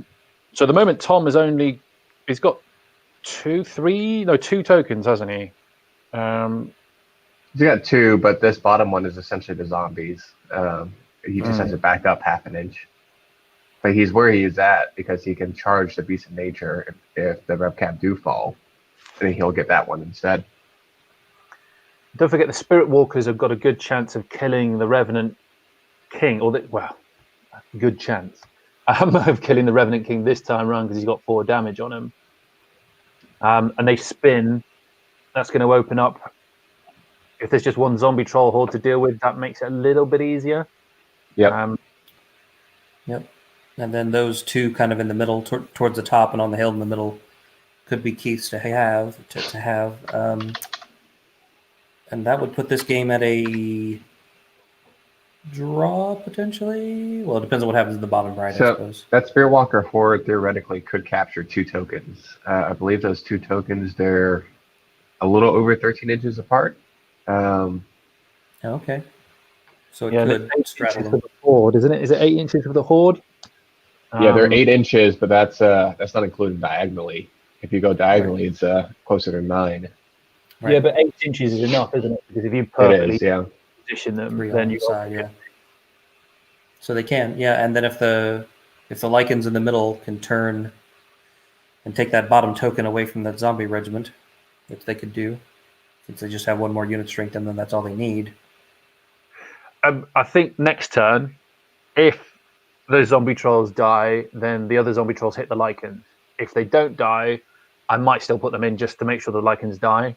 Because then you'll have 2 units to then just the Spirit Walkers. It gets the Bane chant, so that's in first. All right. Does he Probably heal or not. Bane chant Spirit Walkers? I would Bane chant at this point. Yeah. You got to get that Rev King out of in front of you. Get back in the game. Turn too late, but yeah. Yep. I feel like I actually might have healed the horde because at 3 wounds, they're Yes, but hindered easily to kill. charge from zombie trolls. He's got a better chance of surviving with 22 nerve and a reroll. He's got a good chance of surviving. But you're right. Towards the end of the game, you might start getting drain lifed, and it'll be very close. Yeah. All right, into combat.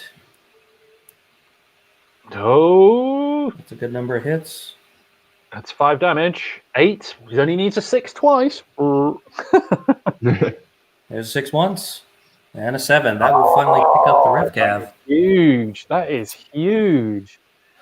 Yep, because that frees up that unit, and Well, he's in charge range of the zombies, so he is. But that pulls the zombies away. But The zombies can out unit strength the beast on that point. yeah. So honestly, that Beast of Nature has effectively been neutralized pretty much this entire game. Yeah. The only way to get out of the zombies' charge range is to sidestep or back up. Mm-hmm. And doing that means that he's also not threatening anything else for a turn. Yeah. It could possibly turn so that the zombies can't fit in with the blocking terrain. So that the front would be at an angle, possibly that it would be in the front. No, maybe not. It'd be very close if he did. It would be close. It's possible, in which case Tom would have to rely on Surge to get in. Yep. Okay, so here's the interesting thing. Give it the flank so you're not blocked, and then be facing the rear of zombie trolls. That's what he's doing. But then he'll keep taking a lot of damage from drain life and the flank. Yeah. It's a big gamble.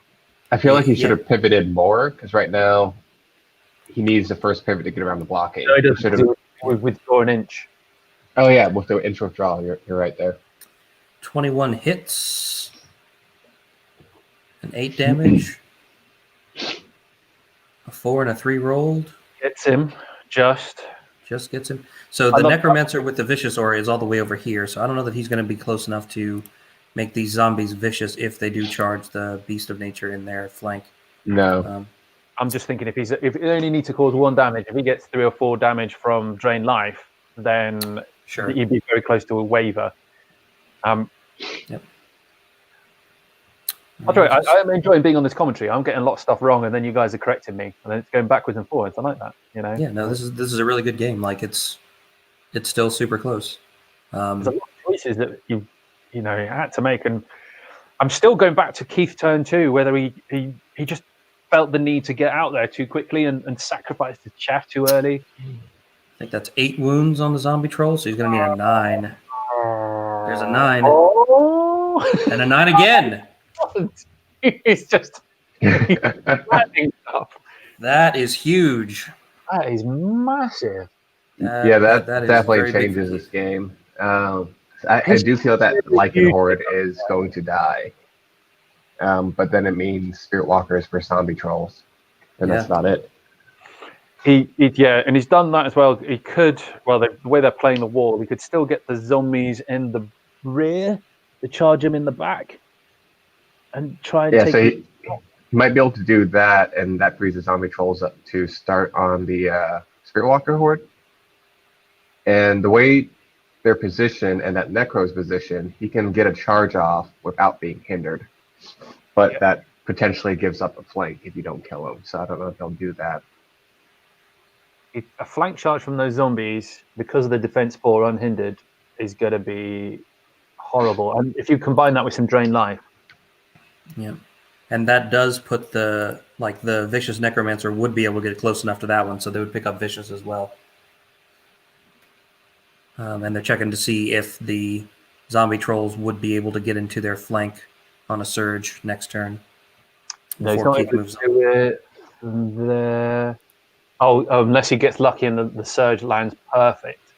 So I think he's texting to see if he can get into Lycan's flank right now. Yes. Yeah. Yes. Yeah.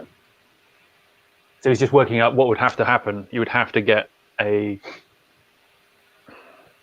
like a 1-inch surge and then another surge afterwards. Yeah. I've never thought about that. You could do some horrible stuff, couldn't you? You could put a unit that was surgeable into a position that would stop the zombie trolls from going too far with their first surge, that thing out of the way, and then surge the trolls in. And then surge them in the flank. Oh, that's awful. Yeah, there is some really nasty stuff you can do with surge, but when you actually put them into practice, you're like, well, that means I'll need like 3 surgers to do it. 3 surge casters.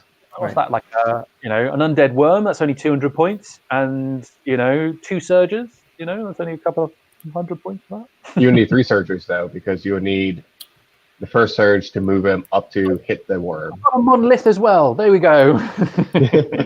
This is Moonfang on the whites. Oh, he's just flubbed it with Moonfang. That's dead Moonfang. That's massive as well. That is massive. Right, so back over to Tom for his turn 5. You know what? I don't think Keith can really complain about that one. No, not after killing the zombie trolls. It does mean there's a possibility of getting 2 tokens though on that right hand side. Yeah. He's going to drain life of some extra wounds back onto the white, so they're not going to be an easy pickup for anything. No. Yeah, there we go. The zombies in the flank there.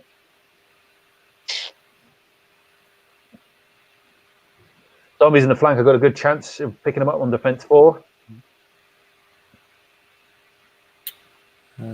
24 hits on 5s. 4 is the wound. If he moves the Necromancer over, they'll be vicious. They got 3 wounds on him already. At the start of the game, whose list did you reckon was the one that you would prefer to take? Would you prefer to take the herd list, or you prefer to take the undead list? I know, Mike, you've got no choice in it because you play undead, and that's it. But in reality, I mean, looking at them on paper, how do they feel? I mean, they both felt strong. They both completely do different things. Um,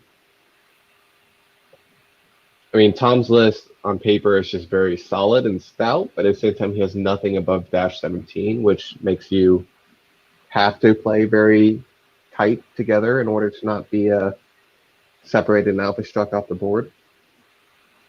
And the amount of surge he had made Keith afraid to try to separate him like that. I think personally, I'd feel more comfortable playing Keith's list. I'm used to playing the kind of nimbly bimbly alpha strikey list. Yeah, I think I liked Tom's list, and you could see what he was going to do with it. But I don't know that I'm like a good enough undead player to get the value out of having that much surge. So I feel like I might prefer to play the herd list as well, because I have played an Alpha Strike army before and it was fun. So, yeah, you know, Would you have done that zombie troll surge that he saw? I don't know. I usually don't play with that much surge, so I feel like maybe if I had Tom lifts to practice with for a while, sure. But if I just showed up and it was like a fun game where somebody's like, all right, we're gonna randomly pick lists. You get first, you roll off, you get first pick. Which one do you want? I don't know that I would have picked Tom's list. So I probably would have looked at it and been like, it's an awful lot of characters. I don't know what I'm gonna do with all of them. I'm gonna have to be really, really clever. I don't know if I feel that clever today. Mm-hmm. I mean, the list that Keith's using is the list that is very close to what I would take at 2,000 points. Give or take a few things. I think what I'm trying to say is that the list looked very competitive in their own way. Mm-hmm. Mm-hmm. I just want to understand what Keith's plan was with his army, because he did go against what I would have used the herd list as. Because the herd list is an alpha strike list, and you would be going, right, how do I get an advantage? I need to hit something hard, kill it, and be ready to reposition. And he can't do that from the front. He has to get the advantage from the Beast of Nature when they start to get flank charges. Beast of Nature in the front by themselves are just don't do enough damage. Well, they have done somehow. Somehow he got Right. that one, but It took 4 turns. Yeah, I mean, the Beast Nation in front does exactly what this one on the left does, which is get stalled up and taken out of the game for several turns.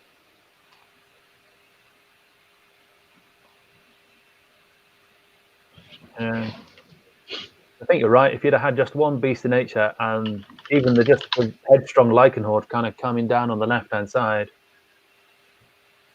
he could have threatened stuff and kind of pulled apart Tom's concentration a little bit, because surge is great, but you still have to, especially on that one, he used 2 or 3 surges. Right, to get it there.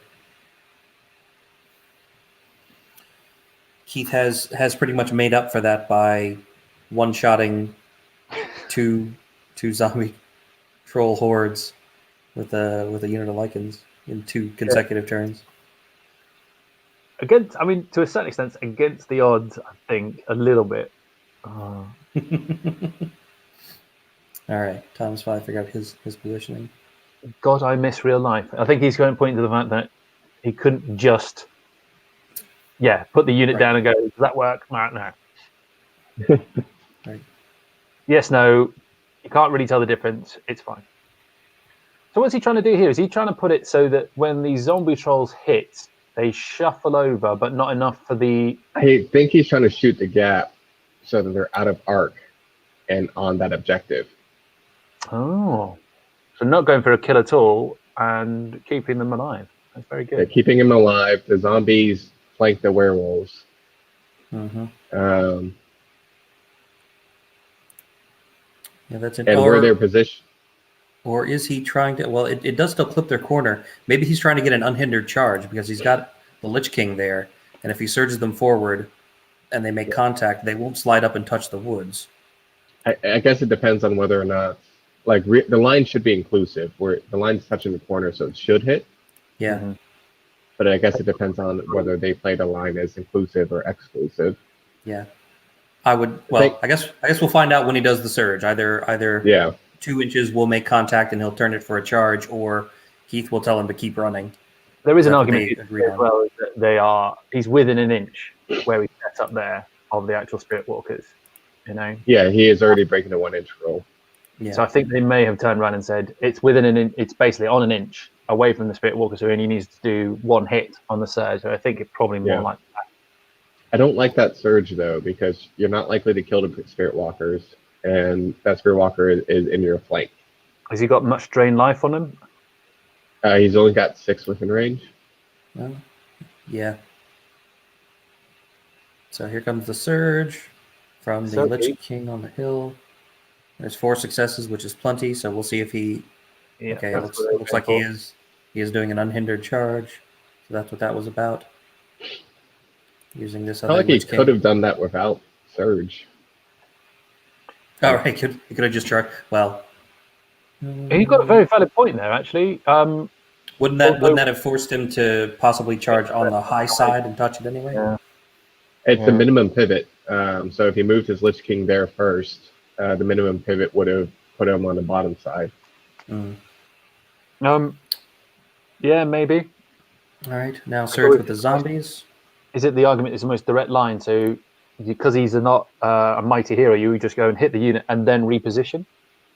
That's true. I mean, the thing is, you would have to you would go through the unit on the charge and then reposition, so you're not hitting it. But So you're not on top of him. But you'd be hindered because you'd have gone through the woods to get to that point. Yeah. So Yeah, I think, that's fair. I think it was a Bane chant on the zombies. Yep. But there's also the if he was able to do it like he did, because I don't think he turned them at all. If he was able to just do it straight onto the corner of the Spirit Walkers, then you don't do any turn, do you? If you can do it straight, you don't turn at all. Yes. So I think he did turn them though. Okay. That's 3 wounds on drain life on the Spirit Walker horde. Put them at 6. A big hit now from the zombie trolls. This could take them out because 10 damage. That's going to put them on 6 to kill. They're essentially a dash 16 right now, which is very poppable from a single zombie troll horde. Yeah. Depends on those 4s. Swingy 4s. The thing is, though, if he doesn't get it, that's a flank charge. Yeah. All right, Moonfang. 13 hits from the whites, 14 with elite. Is that 10 wounds, 12 wounds? What's Moonfang's 10. defense? 5? 10. Defense 5. Defense 5. Okay.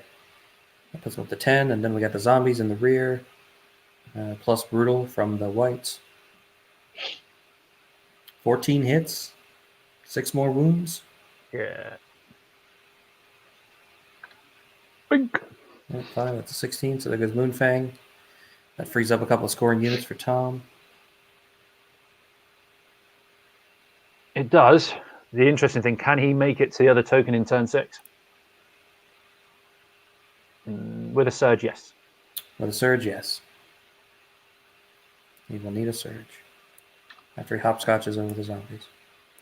All right, zombies in the flank. 8 hits on the Lycans. Looking for what? 3s? 4s. 4s. Well, they got Bane chanted. And then there's the Vicious. Didn't get the Vicious, but I'm not sure that he's actually within the 6 inch anyway, so yeah, he shouldn't have rolled that. And then that's a 6. Wavered. Massive. Yep. Got what we need. Yep, because that puts them not scoring on anything. Although I guess they could. No, they can't go anywhere. Never mind. They can turn and retreat.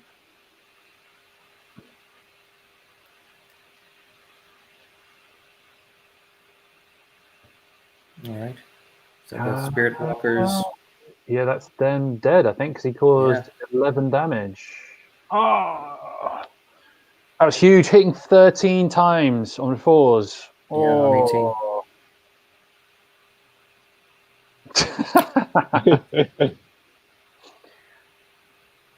Yeah, and that's really big because if he'd been hindered and hitting on 5s, he would have only hit 7 times.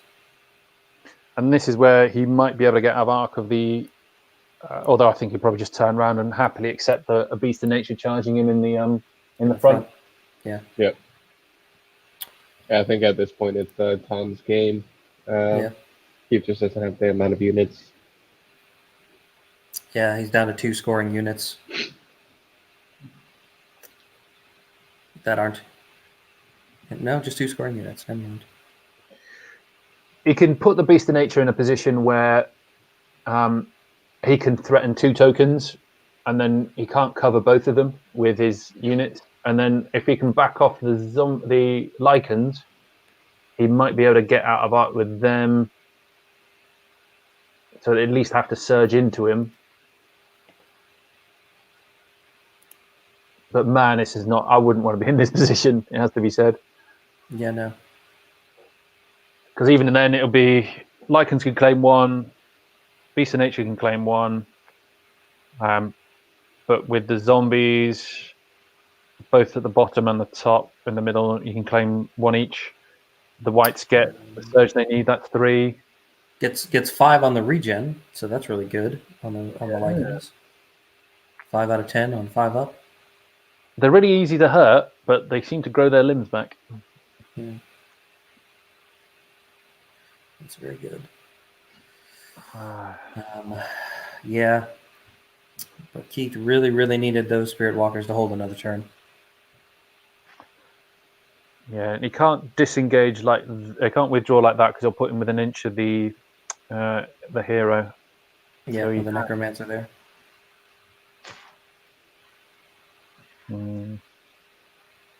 And this is the one with Brew of Strength and not Headstrong, so it really can't do much. Yeah, they needed the Brew of Strength though up until this point, haven't they? Yeah, it's done work. Like, don't get me wrong, it's done work. We're just coming down. I mean, this is a 2,000 point game, so it's a little smaller than the other games people have been playing this round. So it shouldn't be too surprising that coming down here to the end, it's turn 5 and somebody's running out of scoring units. Yeah.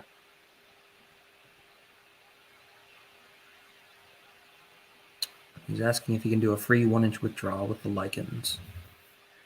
You can, as long as you don't finish within an inch of the what is it? The Leech King on the right hand side. That's a Necromancer. So a Necromancer. So you can do that, but if he the thing about it, this is the thing that confused me a little bit. As soon as he does the withdrawal, he can't then ignore the zombies in terms of the 1-inch rule. But at that point in time, he's not over an inch from the zombies.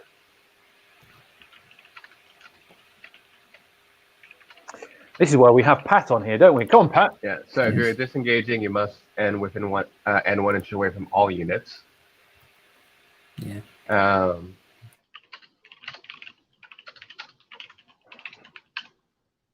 And then for the withdrawal, that's what I'm double checking because I believe you can withdraw and be within 1 inch currently. No, with the FAQ, I think they changed it so that you can't withdraw. Sorry, you know, you did it. Well, no, that's like the problem is I'm also on the next FAQ, so I got to make sure I'm looking at the right one. There you go. Or have the right one in my head. A rules committee member is actually a really bad person to ask for it in the moment because we have playtesting rules and all sorts of stuff in our heads.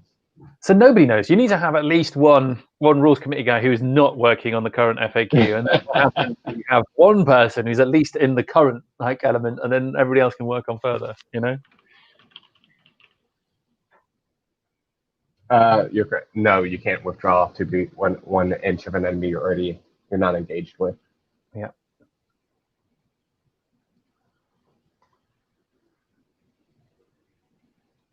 Okay. So which way the zombies are facing that way? Well, do.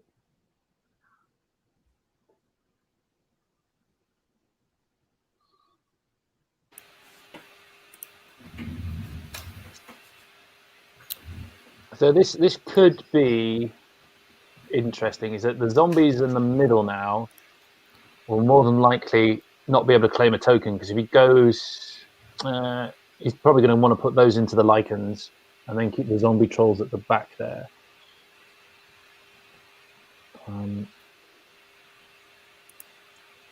Well, he's not going to push the zombies to try and claim the other token.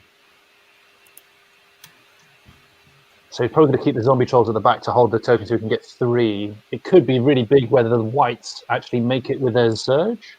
The surge, you can still get, what? How many? 2 surges over there, can't he, to surge? Or maybe 3? Yeah, 3. On the right, Jarvis does have an 18-inch surge, so he might be able to get them over there, depending on the angles. And you've got the one at the top, haven't you, just above the zombie trolls, and then you've got the necromancer, or the Lich King at the bottom right. So he's going to have 3 surges easily. So you're gonna make it. Yeah. Yeah.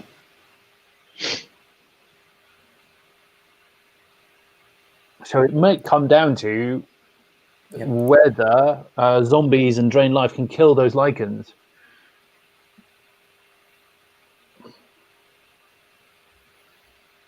Yeah, because the position they're in now, if he tries to do something sneaky to get those zombies into the flank, they're going to run over the wall, getting there and be hindered and hitting on 6s. Yeah. The thing for me actually is if he'd moved the lichens into a position where they weren't on the wall now. It sounds like a small thing, but I suppose if he did do that, he would then maybe lose the angle that he'd have on the zombie trolls in the middle. Oh, it's tough. It's I tough. think he's just healed them back to full. Yeah, he's got 7 heal, hasn't he? So he's got Yeah. a good chance of being able to do it. All right. Top of turn 6. Yeah, no messing about. You there, done. Would you be tempted? I mean, this is really, really interesting. Could you throw a druid in, right? Hope for hell that that druid causes 1 damage to the white horde and kills it. I don't see what else you would do with that druid, so yeah. Yeah, he's not Attack going to on lose you any 5s and points. 5s. He's not going to lose you any points, is he? Yeah. No. 1 attack, 5s and 5s, and then you'd only need a 7 7. twice. Unless that Lich King's too far away. Because he's on a higher hill, does he get Thunderous 1? Good question. The opponent unit has to be not on the hill. But Okay. stop ruining this, Patrick, right? This could have been like the YOLO charge for all YOLO charges, right? Although he doesn't need Thunderous to do that. He just rolls in. Yeah, 6, 6, 7, done. See you guys later.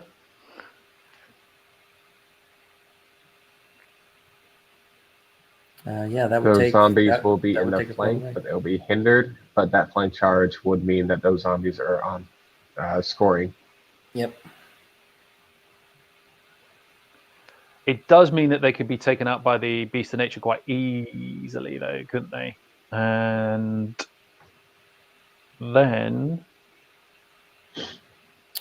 Yeah, but then what do you do with your lichens? Because then the Beast of Nature is holding that token. I guess you could run them all the way forward. Can you run them forward to get on that top token? Is that within 18? no, 6, because 9, they're on the wall, so they can't go at the double. They can't go with the double because They can charge and take out another zombie troll. So it's Yeah. then, Be but he'd hindered, be yeah. hitting on 4s. Yeah.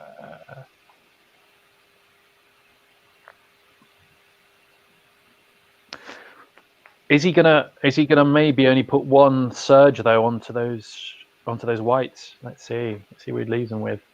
What does he need to surge the whites in? Just a 3? A 3 will do it. Just won't it? 3. Looks like it. Just a 3 to pick up that point. And then Tom will have 2. And the best Keith can do is draw him with 2. And the zombie trolls in the middle are already sitting on 1, which gives him 3. Mm-hmm. And the zombies are about to sit on another, so Tom's about to have 4. Yeah. But once the druid kills the whites, And the Beast of Nature kills the zombies. Is he looking just charging? yeah. So what he's trying to do, I think, is put it so that the zombies don't get hindered by the zombie trolls going in, and also that the zombie trolls don't go over 3 from the token. So he wants to put a hero to stop that from happening.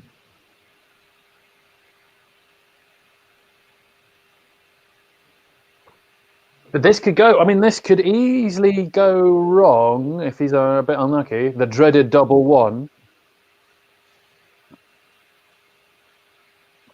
If he's unlucky, he's just giving up a flank charge.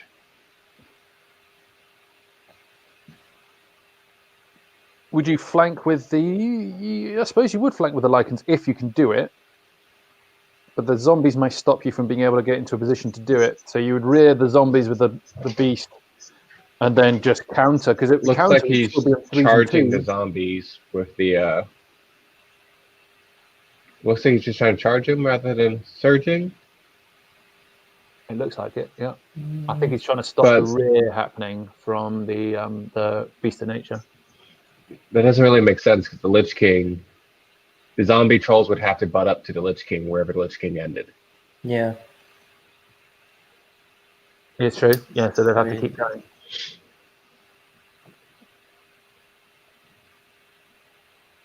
He's got characters to spare. That is true, but he's got to use them. Oh, I Yeah. guess unless he's doing it the other way around, unless he put the Lich King there. Oh no, but that'd be moving the Lich King twice, wouldn't it? So he can't do that. Yeah, because the Lich King was north. I know undead are OP, but 2 moves in 1 turn. I mean, that's another level.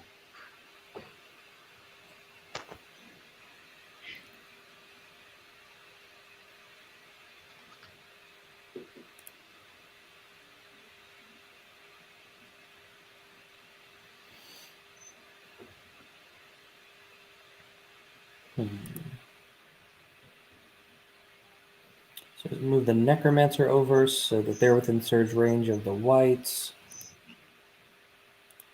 Yeah, he's got to think about that. So I guess that gives them the option of if the Necromancer doesn't get them there, the Lich King can still do it. But he's And if- not got and if- any inspiring on the whites. No inspiring on the whites. He's not seen the druid move. But I guess if the Necromancer does get it there, then the Druid can, then the Lich King can drain life the Lycans. Mm-hmm. If he kills the Lycans, it's all over anyway. So Yeah. fair dues, if you say. If I say so.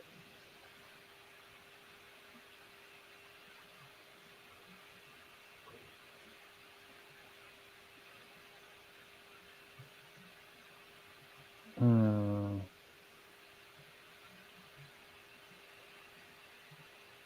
Hmm.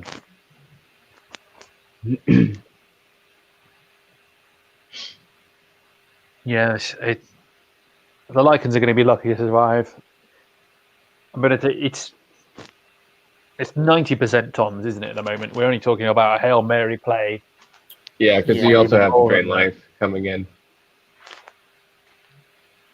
Yeah, Bane chanting on the zombies again. might as well. It's probably going to be Surge on the whites. Yeah, Let's see if he do it gets enough. first.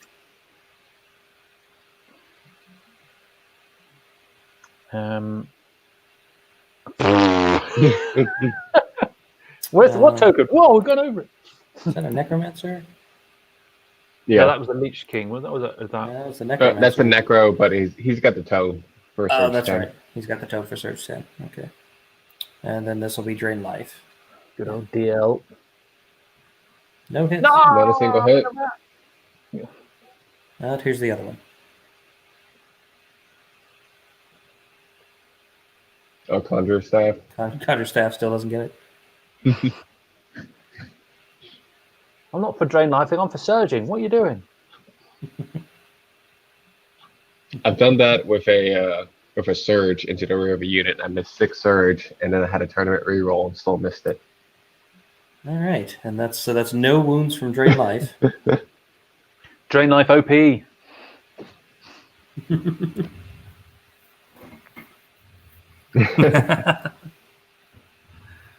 All right, so that should take us into combats.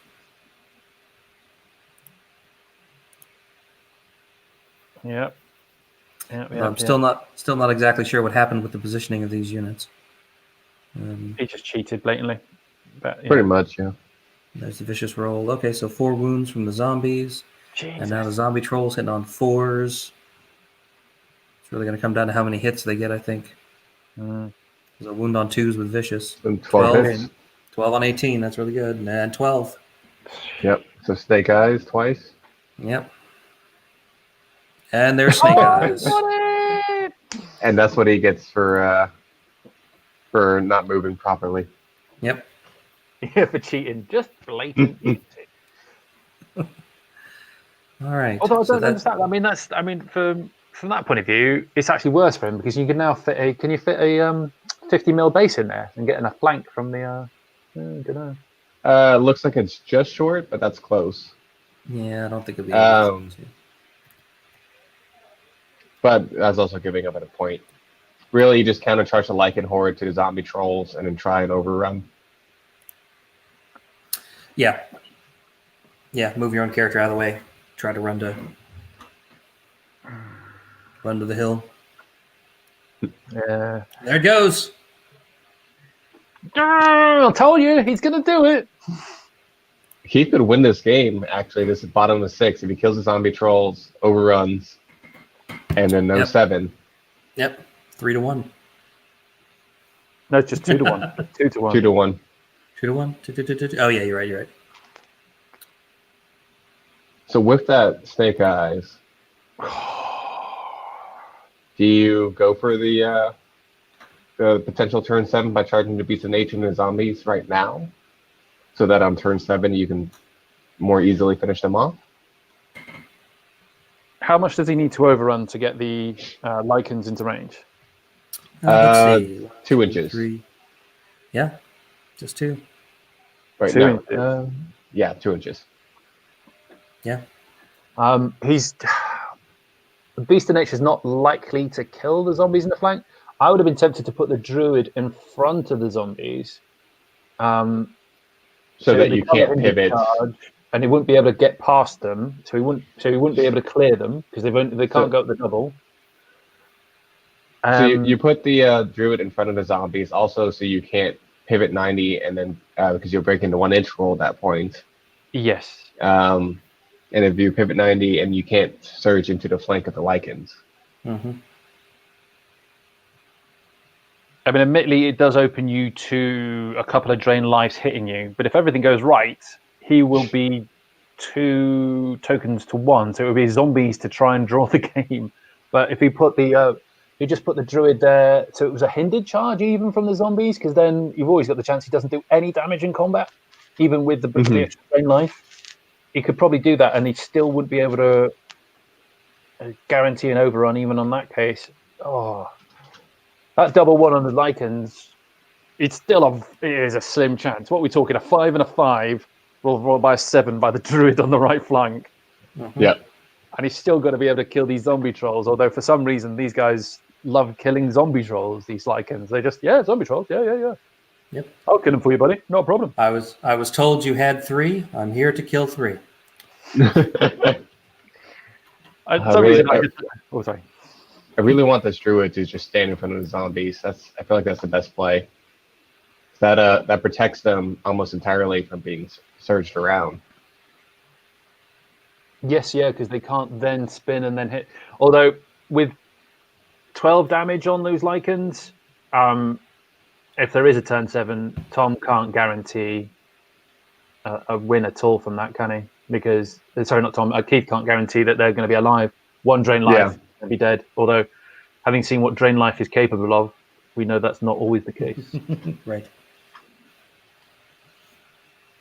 Yeah, I don't know that if Tom had another chance at Drain Life 12, he would come up with 0 wounds against the Defense 4 unit again.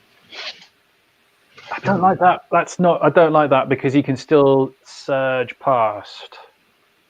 Yeah. So you have to block with the Druid if you're going to do that still. Right.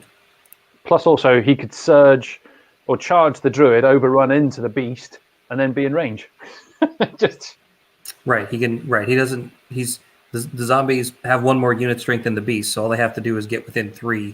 Mm-hmm. Which a charge might get them there. Maybe. I mean, if the Lycans are not there anymore, then the zombies can just walk forward 5 inches and be within 3 inches. and they would have to pivot to the right. Yeah, but the Walk Lycans forward. only have, if they've gone towards 2 or 3 inches, there's not going to be much space with the 1 inch rule, is there? Yeah. But if they charge the beast, are they going to be within 3? They're going to be within 3 if they just charge the beast, right? I think so. Yes. When they line up, yes. So why has he done that? I don't know that because that loses him a point, but I guess that keeps the zombies off the Lycans. No, I mean, if you're doing that, you just move the druids in front of the zombies. That keeps them off the Lycans. Right. Right, which he must not be thinking because he's backed the druid up. If you're moving the beast of nature over here, I feel like you're just playing for 7, and you just charge the zombies in the flank. Sure. Oh, here comes the druid. What's he doing? Yeah, there we go. That. Ooh, yeah, blah. That just boxes them out, but doesn't. Yeah. Now we're checking. Does it box them out? Is that 3 inches? Yep, that's 3 inches, so he would have to move further forward. Yeah. Yeah, just get up close. You get up close, and that's it. You don't even need a beast of nature there. You've Right. got to be careful with your turn. This is the thing. Yeah, you can't just sidestep that little bit extra. You've got to be able to move into position, Keith. You cheat. So many people do that, though. Yeah, they do, don't they? It's an individual who can do anything. Yeah, people forget that individuals still have to follow the nimble rule. I mean, they get so many free pivots. Like in the shooting phase, he would get a free pivot.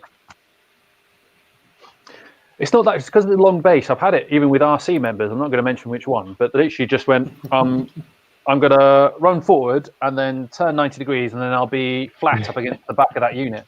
And I'm going, no, you won't, because you've already used the turns that you have. So you'd actually have to try and skirt the unit, then turn, and then go across it. But yeah, he gets bait chant off. There's plenty of people who move the individuals. Okay, wait, walk through your pivots.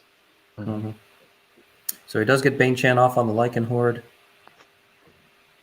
And that's going to take us to combat. Let's see where he starts. Going to start with the need a drum roll. What's a drum roll? Oh, yeah. You just leave that up. 11 hits. 9 damage. It needs an 8 twice. No! That is a 7. Got a 7. Oh, this grand plan. Gone to crap. All right. And a 1 rolled by a miss.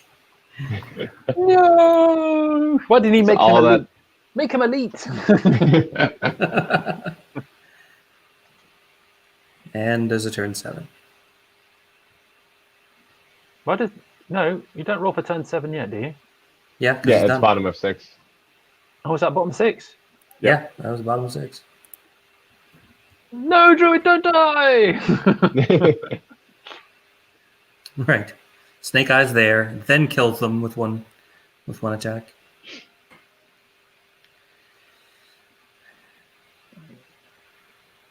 I think with the zombies, well, no, I suppose the zombie trolls are going to kill the Lycans, aren't they? So I think probably. the zombies charge the beast, and then you just drain life it as well. If they just charge the hero, they might overrun into the beast anyway. Yeah, but then charge the hero and drain life the hero. Yes. That way, when you overrun, you'll be on the point. 100%.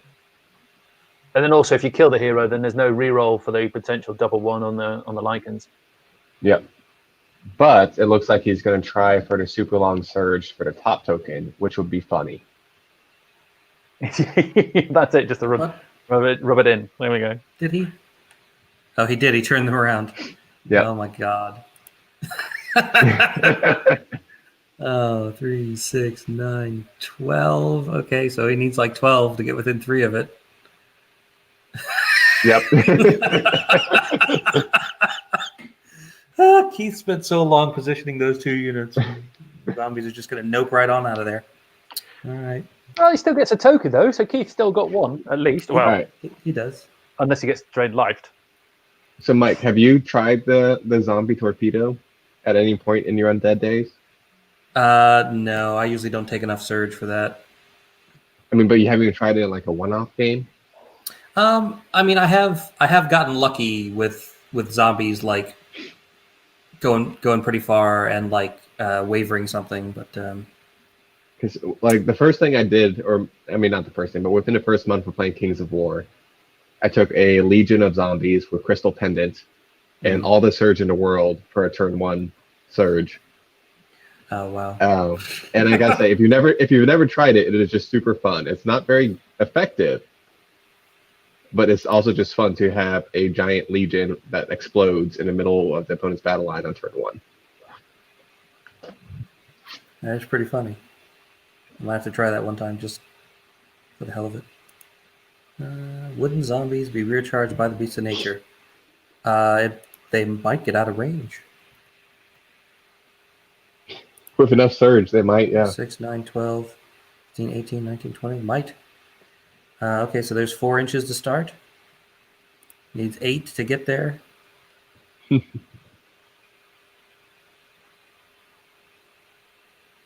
Jarvis. Gets another 4. Nice and consistent on the 4s for Surge.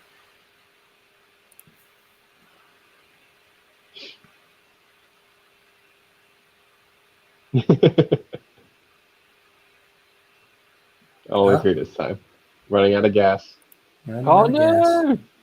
But he needs 1 more. Oh, Conjurer Staff. Conjures. Another 4. Which puts him on 3. With the win. There you go. Yeah, I mean, he could rear charge the zombies with the Beast of Nature, but that puts the Beast of Nature not on a point, and it would have to kill them and then overrun far enough to pick up the point. So, just a question of whether Keith feels like rolling dice or keeping It's a moot point if the Lycans die, isn't it? Let's be honest. So It is. It is. They only need another double one. If only they're recording the facts. Right. He had 1 drain life left, gets 2 hits and 2 wounds. So that will put them up to 12. No, they're already on 12. They'll put them up to 14 wounds. And heal the zombie trolls down to 7. And that's going to take us to combat. Let's see if he does the whites or the... All right, looks like we're going to try to kill the druid with the whites first. Only 9 hits, but they're elite, so they get to reroll 6 and get all 6. So that puts him at 15 hits. And was that 10 wounds? Yeah, that's a lot of wounds, a lot of ones again. That's luckily they were elite. I tell you that now. Whoa. And he snakes Snake it. eyes. He snaked it. Oh my I'm god. loving this game so far. This has been awesome. So you could get a counter charge and still pick him up. Yep. At this point, the dice are like, nope, this game is going to stay interesting a little bit longer. Only 6 hits, only 4 wounds. But he rolls an 11. One more time. Only 4 doesn't make a Oh, difference. close. Oh, no, that wasn't it. All right, he does lose them. Oh, that's right, that was the vicious roll. Sure. All right, so that does How pick much up can the he zombie turn the trolls. zombie trolls before they're out of range? Oh, no, he's got plenty of space. Oh, boo. Yep, that still nicks it. Boo to you, sir.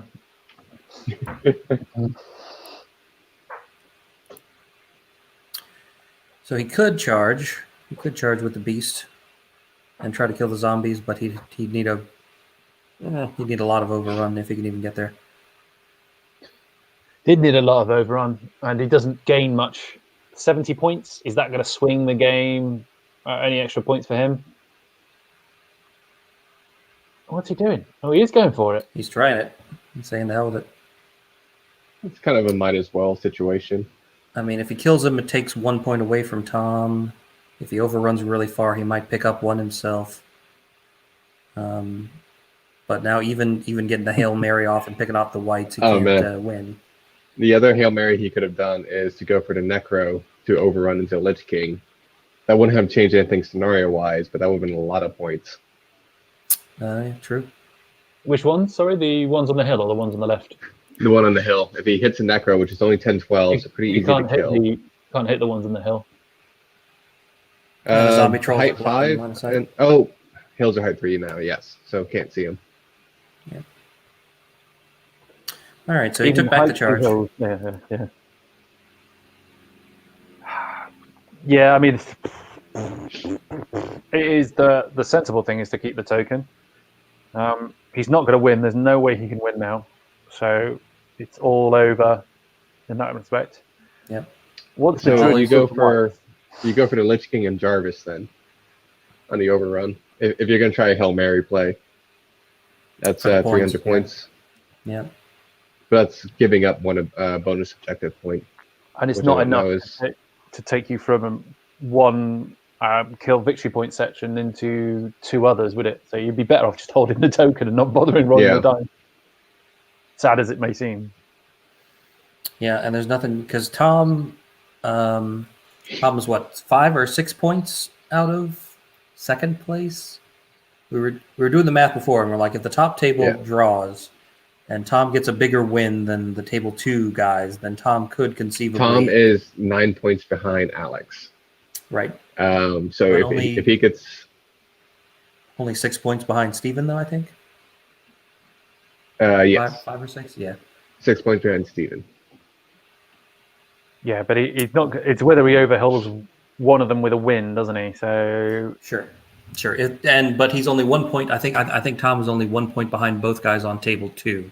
So if the top table draws, and Tom gets a bigger win than whoever wins on table 2 by a couple of points, then he could conceivably come out ahead. I feel like Keith actually has the opportunity by going for the zombies. Right, it doesn't gain him anything in terms of his win, but it does actually affect when Tom wins, because taking out the zombies, you Takes out basically a bonus say, point. Yep. Takes a bonus point. Caps So him it at depends on- 23. What he's saying here, without realizing it, is that he likes Tom over the top of Alex and Steven. This is basically what he's saying. Right? Yeah. I mean, if you go for the zombies and you have both druids get 5 and 5s, because the zombie trolls can't. I mean, you get 5 and 5 and then roll 10 twice, and the zombie trolls are gone. Don't say things like that.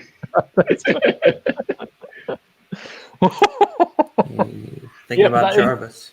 That is a draw as well, isn't it? That is a draw. Oh, good God. A draw is still potentially on the table. Oh. That was a hit and a wound. I don't know what all these 5s are for, but he's rolling them. Yeah. Don't do this to me, He man. did. He put a wound on the whites. Oh, I know what happened. Is he rolled a 5 and he needed a 6 with the other druid because he was hindered. Or was he hindered because they were oh, it doesn't matter. Oh, it's yours! No! So close. So very close. If only he was brutal. All right.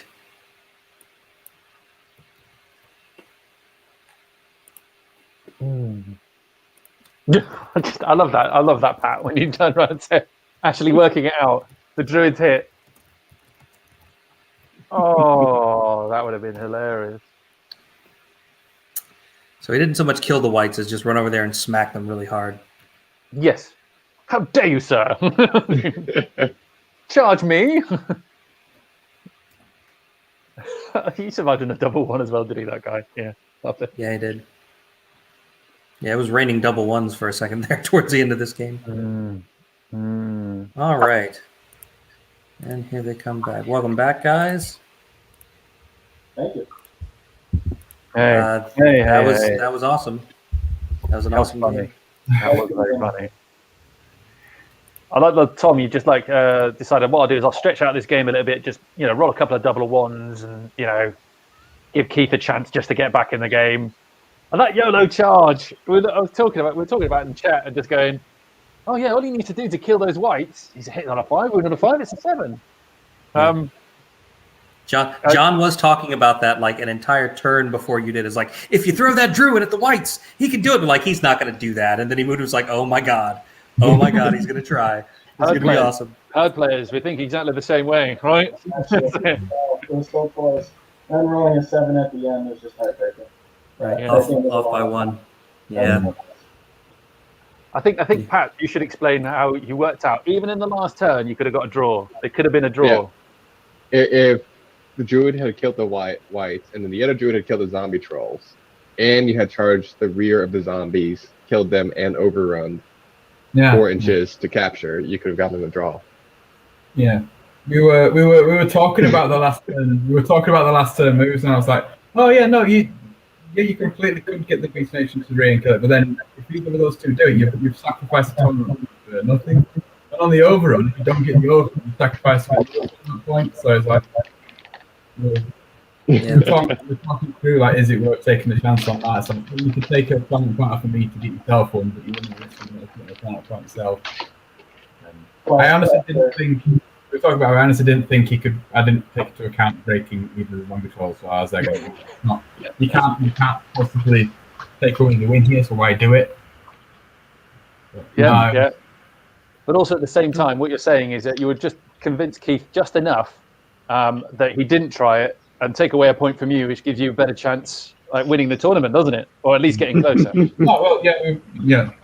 We're having the talk about it. It's like, oh yeah, dude, completely, you can definitely go for it. But I'm like going, but you're gambling a lot here on ridiculous charges, to take away the certainty of the score. Zombie regiments don't get points. I'm like, yeah, but you don't want to do that. You want to think about your score, not my score. All right. So, did we have any questions? I think we wanted to ask Keith about why he deployed so castled up initially. I figured that Tom would be getting flank charges if I spread out, and his list really thrives on that, moving up and like catching all the angles that you didn't expect, especially as the game gets closer and the units are closer to each other. Just the fact you could set up long surges. I really wanted to try to prevent a unit ending up in my backfield because I don't have an answer to that. I don't have a combat character that can hold up. I just have druids. So it was really important for me to try to. I figured I'm going to lose units if he flanks me. I might not lose them if he drain life sometimes. So I figured the odds were better on that. So I tried that deployment. I think it was competitive. I think there was a chance there a little bit. So yeah. And it was definitely very close for most of the game, especially I think when you one-shotted 2 zombie troll hordes, one after another. Almost a third. Almost a third. Almost a third off by one. I can see the look on Tom's face. For fuck's sake, you fucking zombie. We switched luck then because then he hit with all of his zombie troll onto the spirit walkers, which was the big turning point. Because after that, the spirit walkers are going to try to go forward and get 2 points at the end of the game. Yeah, that's kind of what we figured. Yeah, it seemed like it was a really bad situation you were stuck in there, where the spirit walkers were kind of stuck behind the Rev King on horse for 2 turns, and missing that second turn, taking that second turn to clear him, kind of took them out of the game at that point. Those characters are really hard to kill. So another good thing that Undead have. Right. Yeah. No, that same turn where I think he picked up 2 zombie troll hordes in one go on dodgy rolls, followed by the Rev King and the Rev Troop as well. And I'm like, 2 of these 3 should survive, and then all 3 of them dynamite. Right. Yeah. I feel like I mowed this, so I took it myself with the zombie troll horde thing. I'm going to have to make a big fan. Obviously, it paid off in my favour this season. Yeah, because that was a big play. I felt that was karmically fair. Yeah, I thought the fact that Moonfang didn't manage to cause those extra bits of damage, and and the bottom right hand corner kind of balanced it a little bit on that turn, because it was. I mean, you were playing the odds, Keith, but it was one of those risky plays, wasn't it? With the Lycans going into a zombie horde, needing 3s and 2s. You could get it, but there's maybe a 30% chance you don't get it, and that's when they end up getting like smashed to bits. But you got it twice. With his drain life, I was, I could wait, but then with Surge and drain life, he's going to charge me anyway, so I figured take some of those. And Moon Pie really needed, if I had gotten a couple more wounds on the bottom and killed the lights, that would have been a good turning point for me. He makes up for it on a regular basis, doesn't he? So yeah. So we're all right to that extent. I think it was that. I think it was your second turn. I felt that you maybe pushed a little bit quicker than you needed to when you like pushed forward your chaff. You tried to grind the one because you also played that. I mean, throwing the harpies in and then getting that lucky one bit of damage to kill the whites. Because if you hadn't, they were just going to fly over and smash that beast of nature, and they're just like, right, we'll sacrifice ourselves. What do we gain in that? Not much. Okay. I can't complain about luck because I got luck in some good key moments early on. It kept me moving. So. Did you feel that you had to push though at that stage? Did you feel that you had to commit, or else you were going to get outplayed somewhere? Yeah, because I figured that if the beast of nature on the left died, or he tried to go around the impassable in the center, I didn't have much there, and then I was just going to get flanked.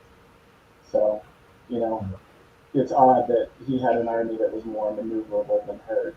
So I had to kind of, lock him up. And I figured with the Moon Pie and the Beast of Nature and the Harpies, I could try to have 3 or 4 turns free of the whites, where I could hopefully get an advantage in the middle before they were free.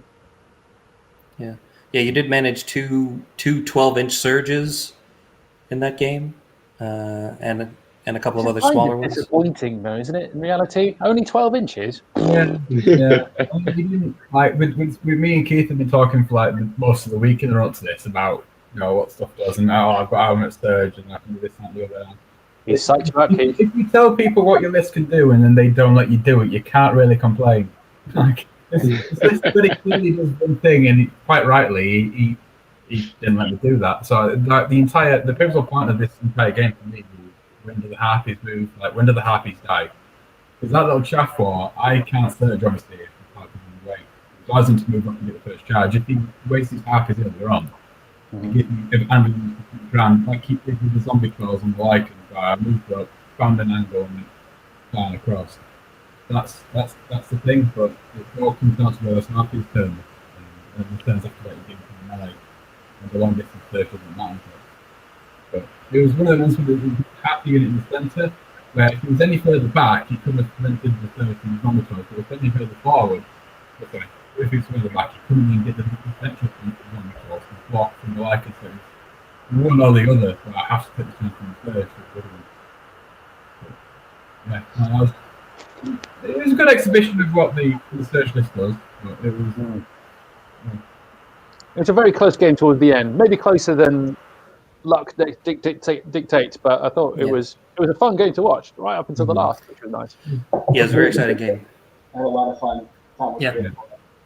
Yeah, no, it was definitely well played by both of you. Thanks so much for letting us watch it. Congrats to Tom on his win here in the last round. Keith, we'll see you next tournament. I lost my last round game too. That's fine. We can all hang out in the middle tables. Any other questions? No. Well played, boys. Well played. Good fun. Well played. Thanks for coming on. Yep. Thanks for being on. Some bullshit.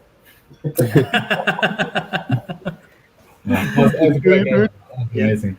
And on that note, so coming up tomorrow, we've got another stream for you. We've got Adam Padley and Ezekiel from Argentina. That's going to be 9:30 GMT, 6:30 Argentinian, or 4:30 Eastern Standard Time, or I guess 1:30 on the. I looked it up. 1:30 if you're on the west coast of the U.S.